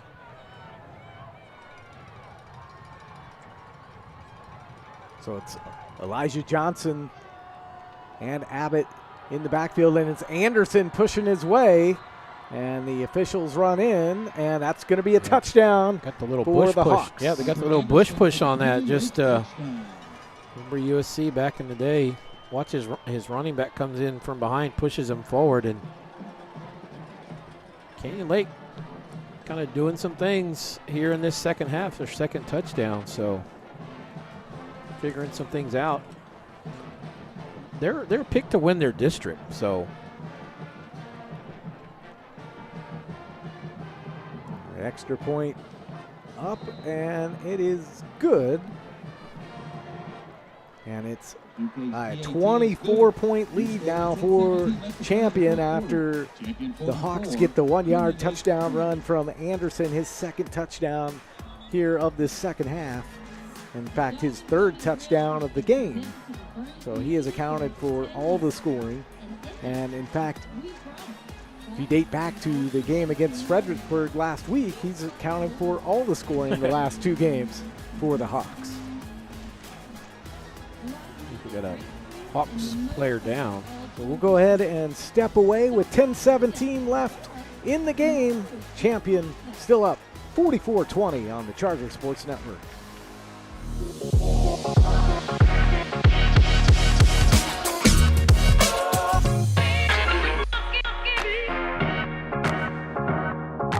Hi, Hi, I'm Gina DeWall, the Boerne ISD Athletic Secretary, and you're watching the Charger Sports Network. Go Chargers!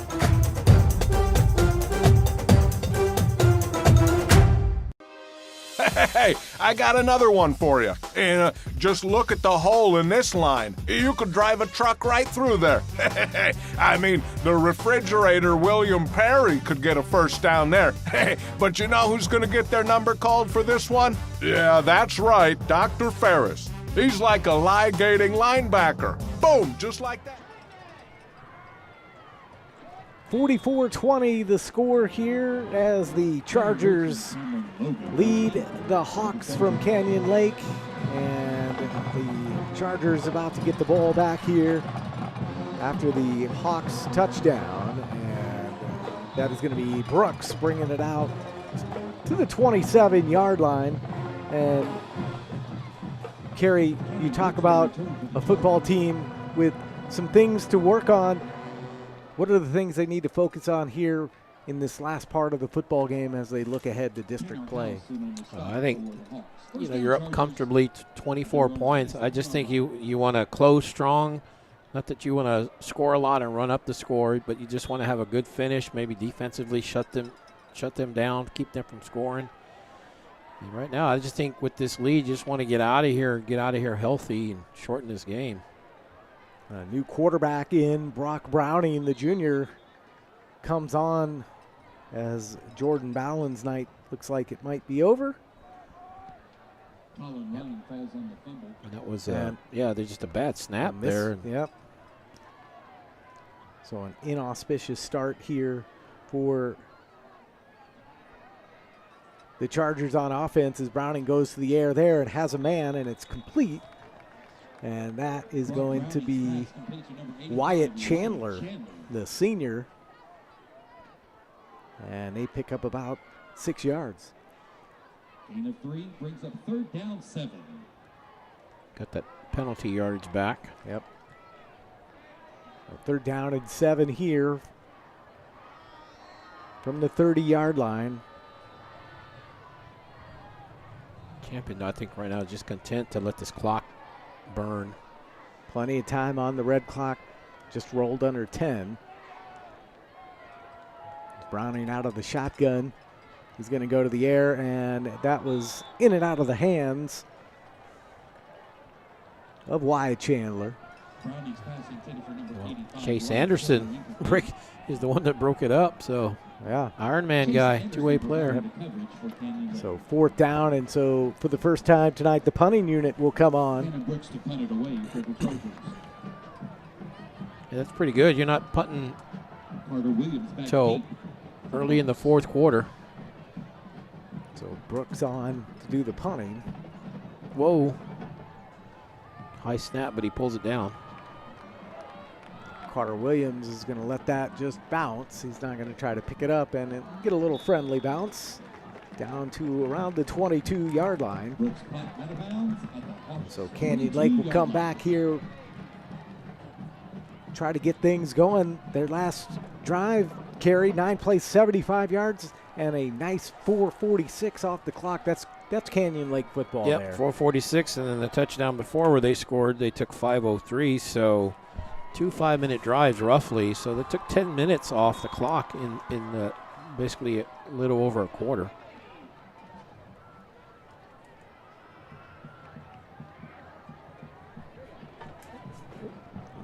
Hand off to Abbott and gets stopped almost immediately. And that was Gage Goldberg with a nice stop. Does a good job just wrestling him to the ground. Doesn't grab the helmet or the shoulder pads and get a horse collar. Just kind of slams him to the ground.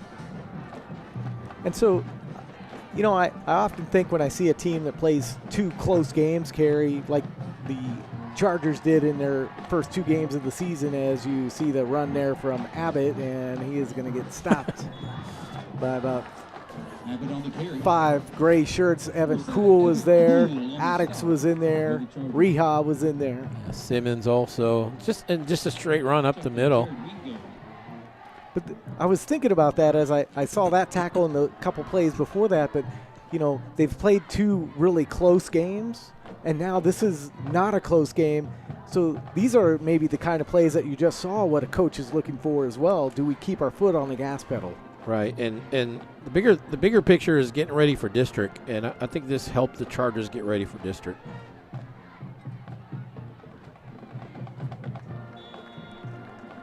And Hunter Anderson keeps the football on 3rd down, and he's going to pick up a 1st down for the Hawks.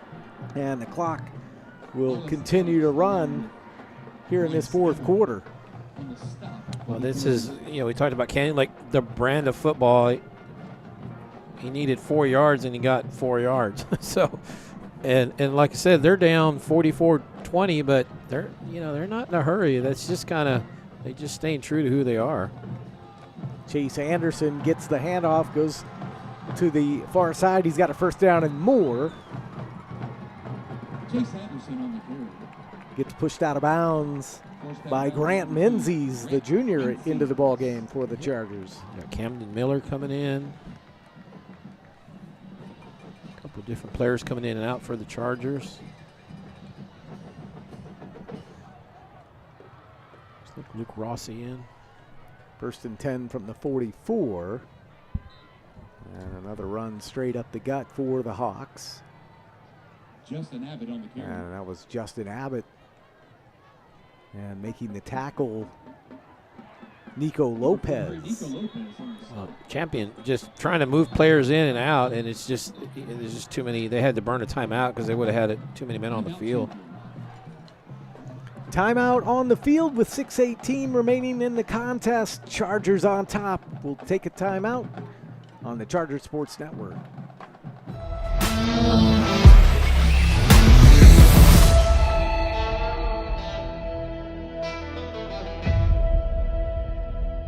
Hi, I'm Brian Benway, Director of Communications for Boerne ISD. This is the Chargers Sports Network. Go Chargers! Hi, I'm Scott, and I love Chick-fil-A nuggets because the flavor is unparalleled.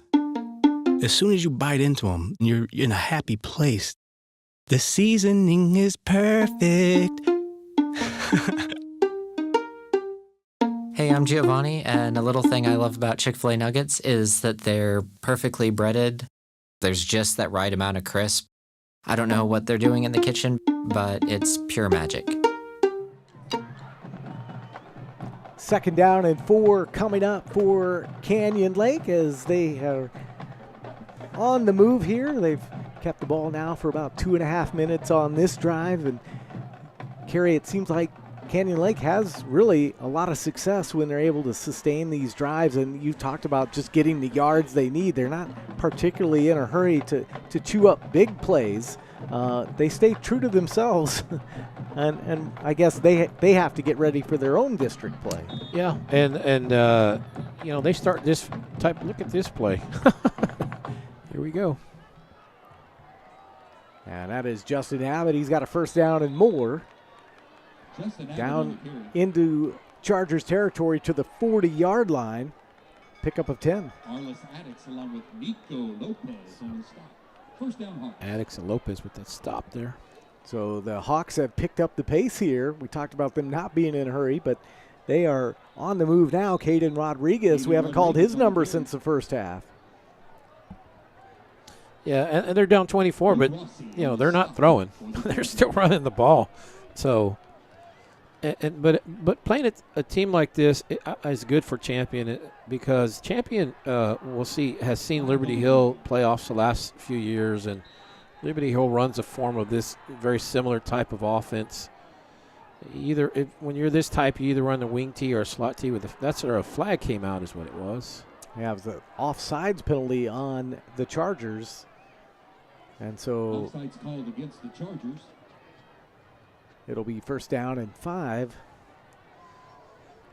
So it's you have Liberty Hill, maybe somewhere out there on the horizon in the playoffs. So playing a team like that down the road, a game like this helps you because you've seen the misdirection. And they're familiar with it, but it's good to see it during the season. Anderson will throw it, and that ball is caught.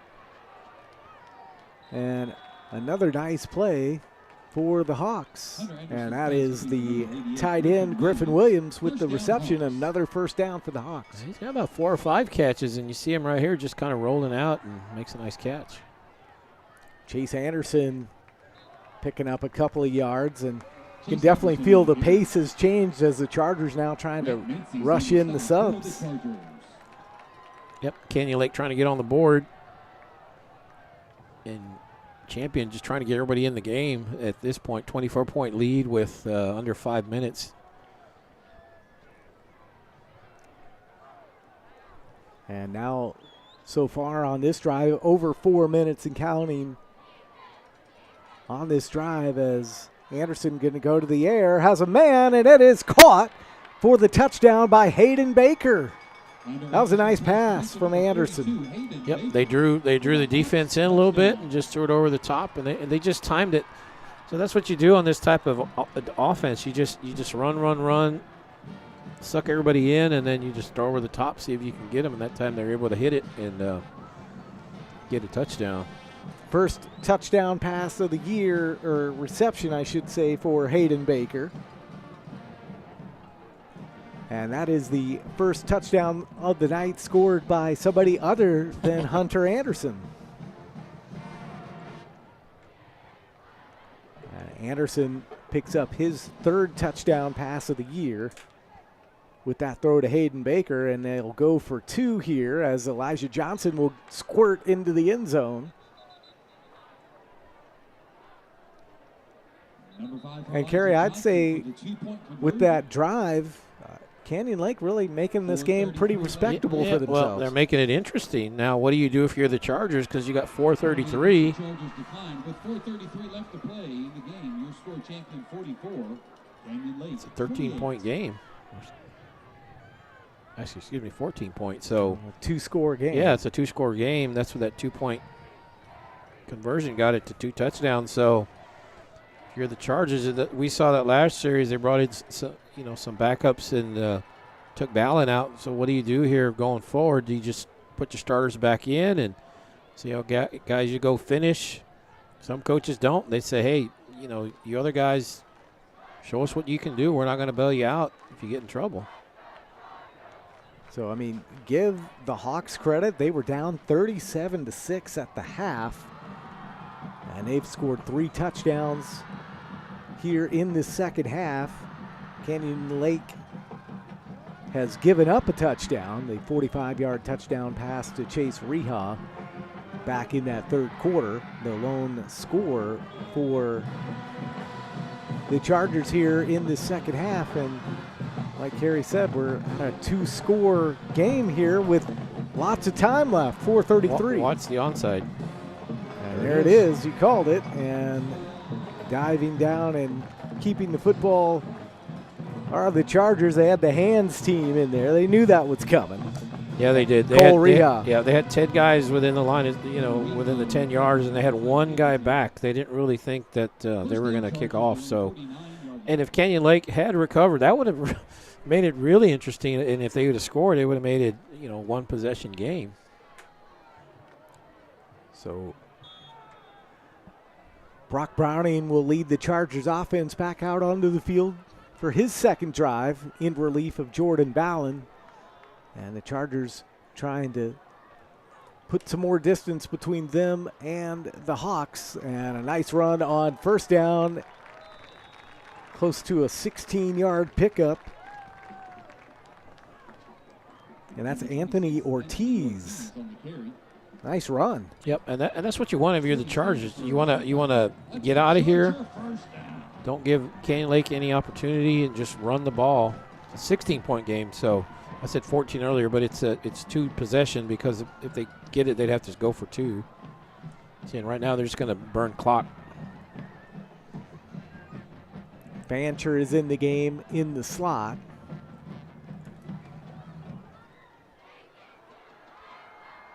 And the ball will go back to Ortiz, and he cuts it back to the near side, and a nice little pickup close to 5 yards.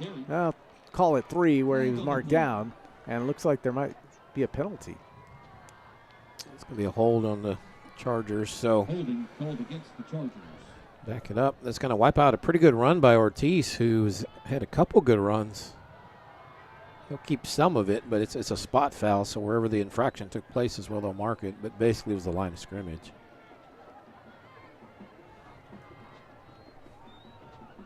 And so a 1st and 10 now turns into 1st and 20, and the ball will be spotted back at the 47-yard line.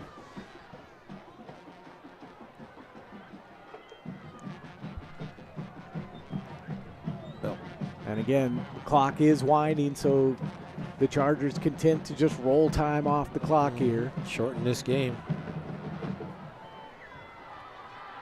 Out of the shotgun. And it's going to be Ortiz, and he's got a lot of running room, and he is down inside the 35. The ball looked like it on the ground. And we'll see where they end up spotting the ball. It looks like one official has his hand up at the 35. I think they're going to say not a fumble. I think they're going to say Ortiz was down at the 35. Let's see on the replay here. Good burst of speed up the middle. Good run. Ball gets stripped, but I think it was a fumble. That hard to tell, but it certainly looked like it could have been. Yeah, but where they're spotting it, I think is where they're saying he went down. But either way, Chargers keep the ball. So perhaps a break here. Clock continuing to wind, under 2.5 to go in the ball game.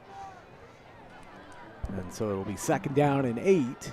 So they get a good chunk of yards back after that holding call, and it's going to be Ortiz, and this time nowhere to go. Anthony Ortiz on the carry. Jimmy Mendoza, senior, in on the stop for the Hawks. This is the first time really the Hawks have done a good job of stopping Ortiz. He's had some good runs.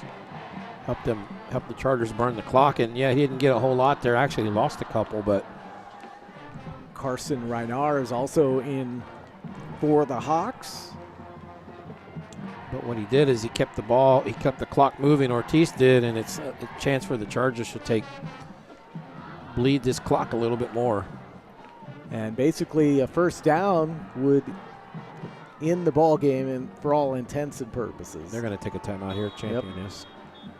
The red clock had wound all the way down, just 1.5 minutes remaining, and so this one almost in the books. Champion trying to close the door here and keep the football and keep the football out of the hands of Hunter Anderson. But let's take a look at the upcoming schedule for your Chargers and next week on the road at Canyon. Yeah, all district games the rest of the way. You have a bye week coming out in 2 weeks. Knock on wood, Chargers have been pretty healthy so far this year. Your next home game here at the Boerne ISD Stadium on September 23rd against Hayes. You can catch that right here as well on the Chargers Sports Network. Hayes is a school that they opened a new school out there, kind of thinned their talent base a little bit, their talent pool, but they're still good. That's going to be a tough district game. As you see, the Charger helmets, they have that gold in there on the helmet for the gold out night. Gold out, for those that might not know, it's tackling childhood cancer, a great cause here tonight at the stadium. And timeout is over, so 1 minute 30 seconds left on the game clock as Browning on 3rd down in some trouble, flushed out. He doesn't feel the pressure behind him, and going down, he was able to get rid of the football, and that might have been fortuitous that he didn't feel the pressure. Yeah. He stepped up, and at a certain point, you got to decide: do you run it, or do you just you just wait there to see if anybody gets open? Just trying to throw it downfield, but it's going to be 4th and 9. Looks like they're going to bring out the punting team. Jordan Ballin back in there to punt. Nobody back deep for. I think normally they would probably go for it just on the field position, but so late in this game, just punt it and back them up. Sure. And Ballin does indeed punt it. Takes a little off of it, trying to see if they can get it inside the 10, and great punt by Jordan Ballin inside the 5-yard line. Can't do it much better than that. Yep. He's been sitting out most of this quarter, and They need him to punt, and that's a luxury to have a quarterback that can punt, because you can do a lot of things with him. If you need to fake a punt, he can run or throw or whatever, but. And with 1:10 left, Kerry, when you're looking back at the film on Monday, what stands out to you? Well, I think just a fast start. Chargers had a great start, just kind of knocked Canyon Lake back quite on their heels and just never looked back. First down, it's going to be Chase Anderson. And that's Elijah Johnson. And a huge pickup on what looked like a busted play. Well, I think it was a double reverse flea flicker, I think is what it was. This is a trick play. So he pitches it, gives it to the guy, comes back, gives it to the quarterback, and he throws it, and hey, it worked. Hey, I'm not going to lie, he lost me. They got me. Oh, and that ball's on the turf. Anderson's going to pick it up, and he's going to try to heave it downfield, and it's going to be out of bounds. The intended receiver was Hayden Baker. Well, I tell you, if you're Canyon Lake, you got to like how you finished this game. Absolutely. You've scored 2 touchdowns, the only team that has scored in this quarter. And you've actually outscored the Chargers in the second half. You've held them to 1 touchdown. Now, Champion has been moving guys in and out because they're starting district next week. They just want to get a win, stay healthy, and they're trying to let other guys play and get some experience. So it's hard to measure it. That's true. In that respect. Good point, but you got to like the intensity from Canyon Lake. You play who's on the field. As Chase Anderson runs to the far side, and he's going to have a first down and more before he's drugged down. Chase Anderson on the carry. Nice job defensively by Gavin Gomez. But nonetheless, a first down. 45 seconds left on the clock. There's Elijah Johnson, cuts back to the inside, and he bulls his way, and it looks like he has another first down. So Canyon Lake trying to put some more points on this board before the end of this game. That was a nice cutback from Johnson. Yeah, and he's getting up slow, Johnson is, but I think they call a timeout just to give him a little bit of break there. I think, too, though, so important that a lot of guys who are working hard get some time under these Friday night lights, and you never know when your number is going to get called in district play. You're going to need these guys to have some experience. Yeah, absolutely, and that's what that's the only, I think, the only upside to an injury is that now someone else is going to get a chance. Someone's going to get an opportunity to go prove themselves. Going to have to play, and that's what if you want that opportunity, you got to be ready.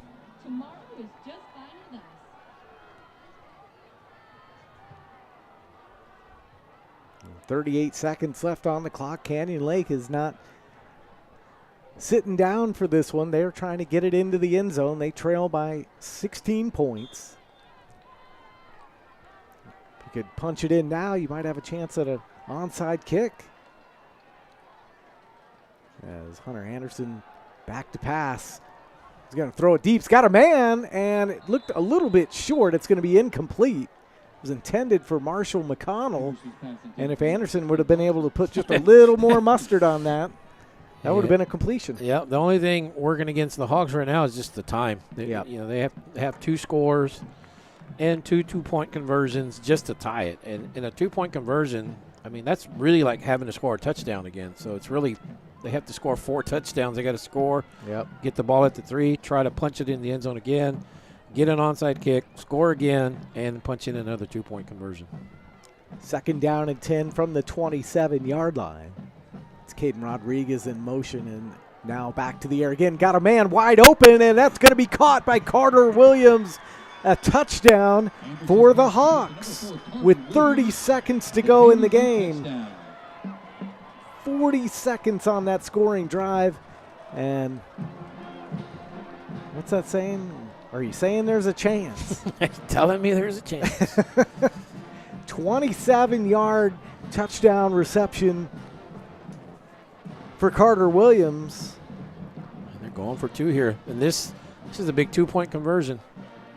And Johnson pulls his way in, and that is good for the 2 points. It's a one-score game. There is a flag. Oh. It's going to be on Champion, though, I think, so Canyon Lake will decline it. Offsides against Champion. 2-point conversion stands. 30 seconds. And with 30 seconds left, it is 44-36, and I think the casual observer at halftime would not have predicted this. No. And I know they've been bringing guys in and out Champion, but I know Coach Kaiser's not going to like how this has ended. They're giving up 3 touchdowns in this fourth quarter alone just to make it interesting. Well, I think now the situation presents itself that one bad play can potentially tie up the game, and that's something you don't want. Yep, and it's going to come down to basically the onside kick. If Champion recovers, the game's over. Game's over, yep. Because Canyon Lake has 2 timeouts, and they only have 30 seconds, so they could run out the clock. So, you know they got their hands, guys. So I see Jared Wingo is out there. Cole Reha is out there. So if they recover, it'll be very interesting. Colin Ryan is out there. Evan Kuhl is out there. All in the front line. Caleb Krause. Here we go.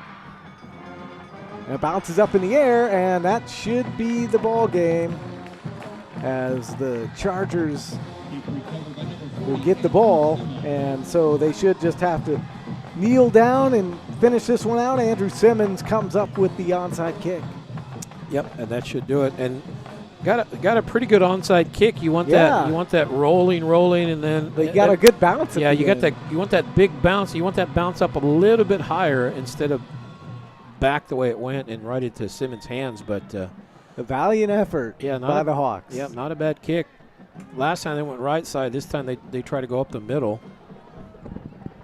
But that should do it. And, well, they made it really interesting. 3 touchdowns in this fourth quarter.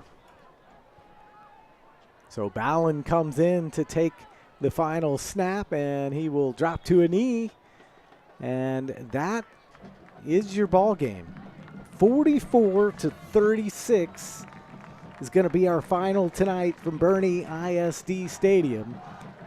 And so lots of good things, some things to work on as the Chargers head to districts next week.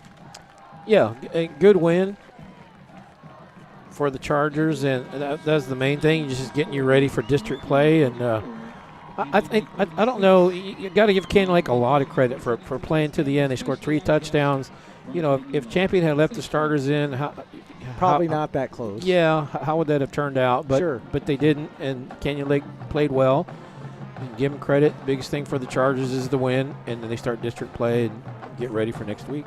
So the Champion Chargers improve to 2-1 on the young season and close out their non-district schedule. And for the Canyon Lake Hawks, they will return home next week to take on Veterans Memorial. They play out of the Judson ISD, but they fall to 1-2 on the year. You see some of the highlights there. Some really great touchdowns tonight. You see Colin Ryan with the touchdown there. This has been a lot of fun tonight, Kerry. Yeah, good game. Started out like it was going to be like 50-0 at halftime, but Canyon Lake, give them credit. Like I said, they rebounded. See the touchdown there by Griffins. They outscored Champion 30-7 in the second half, but Champion's fast start really just – it was too big of a hole for the Hawks to overcome. They played hard to the end. Both sides had a good game, nice clean game, and Champion gets the win. All right, a lot of fun tonight, partner. 44-36, the final score tonight. Champion with the win over Canyon Lake. For our entire Witch Production and Charger Sports Network crew, Kerry Barbosa, I'm Dan Hawkins. So long. Good night from Boerne.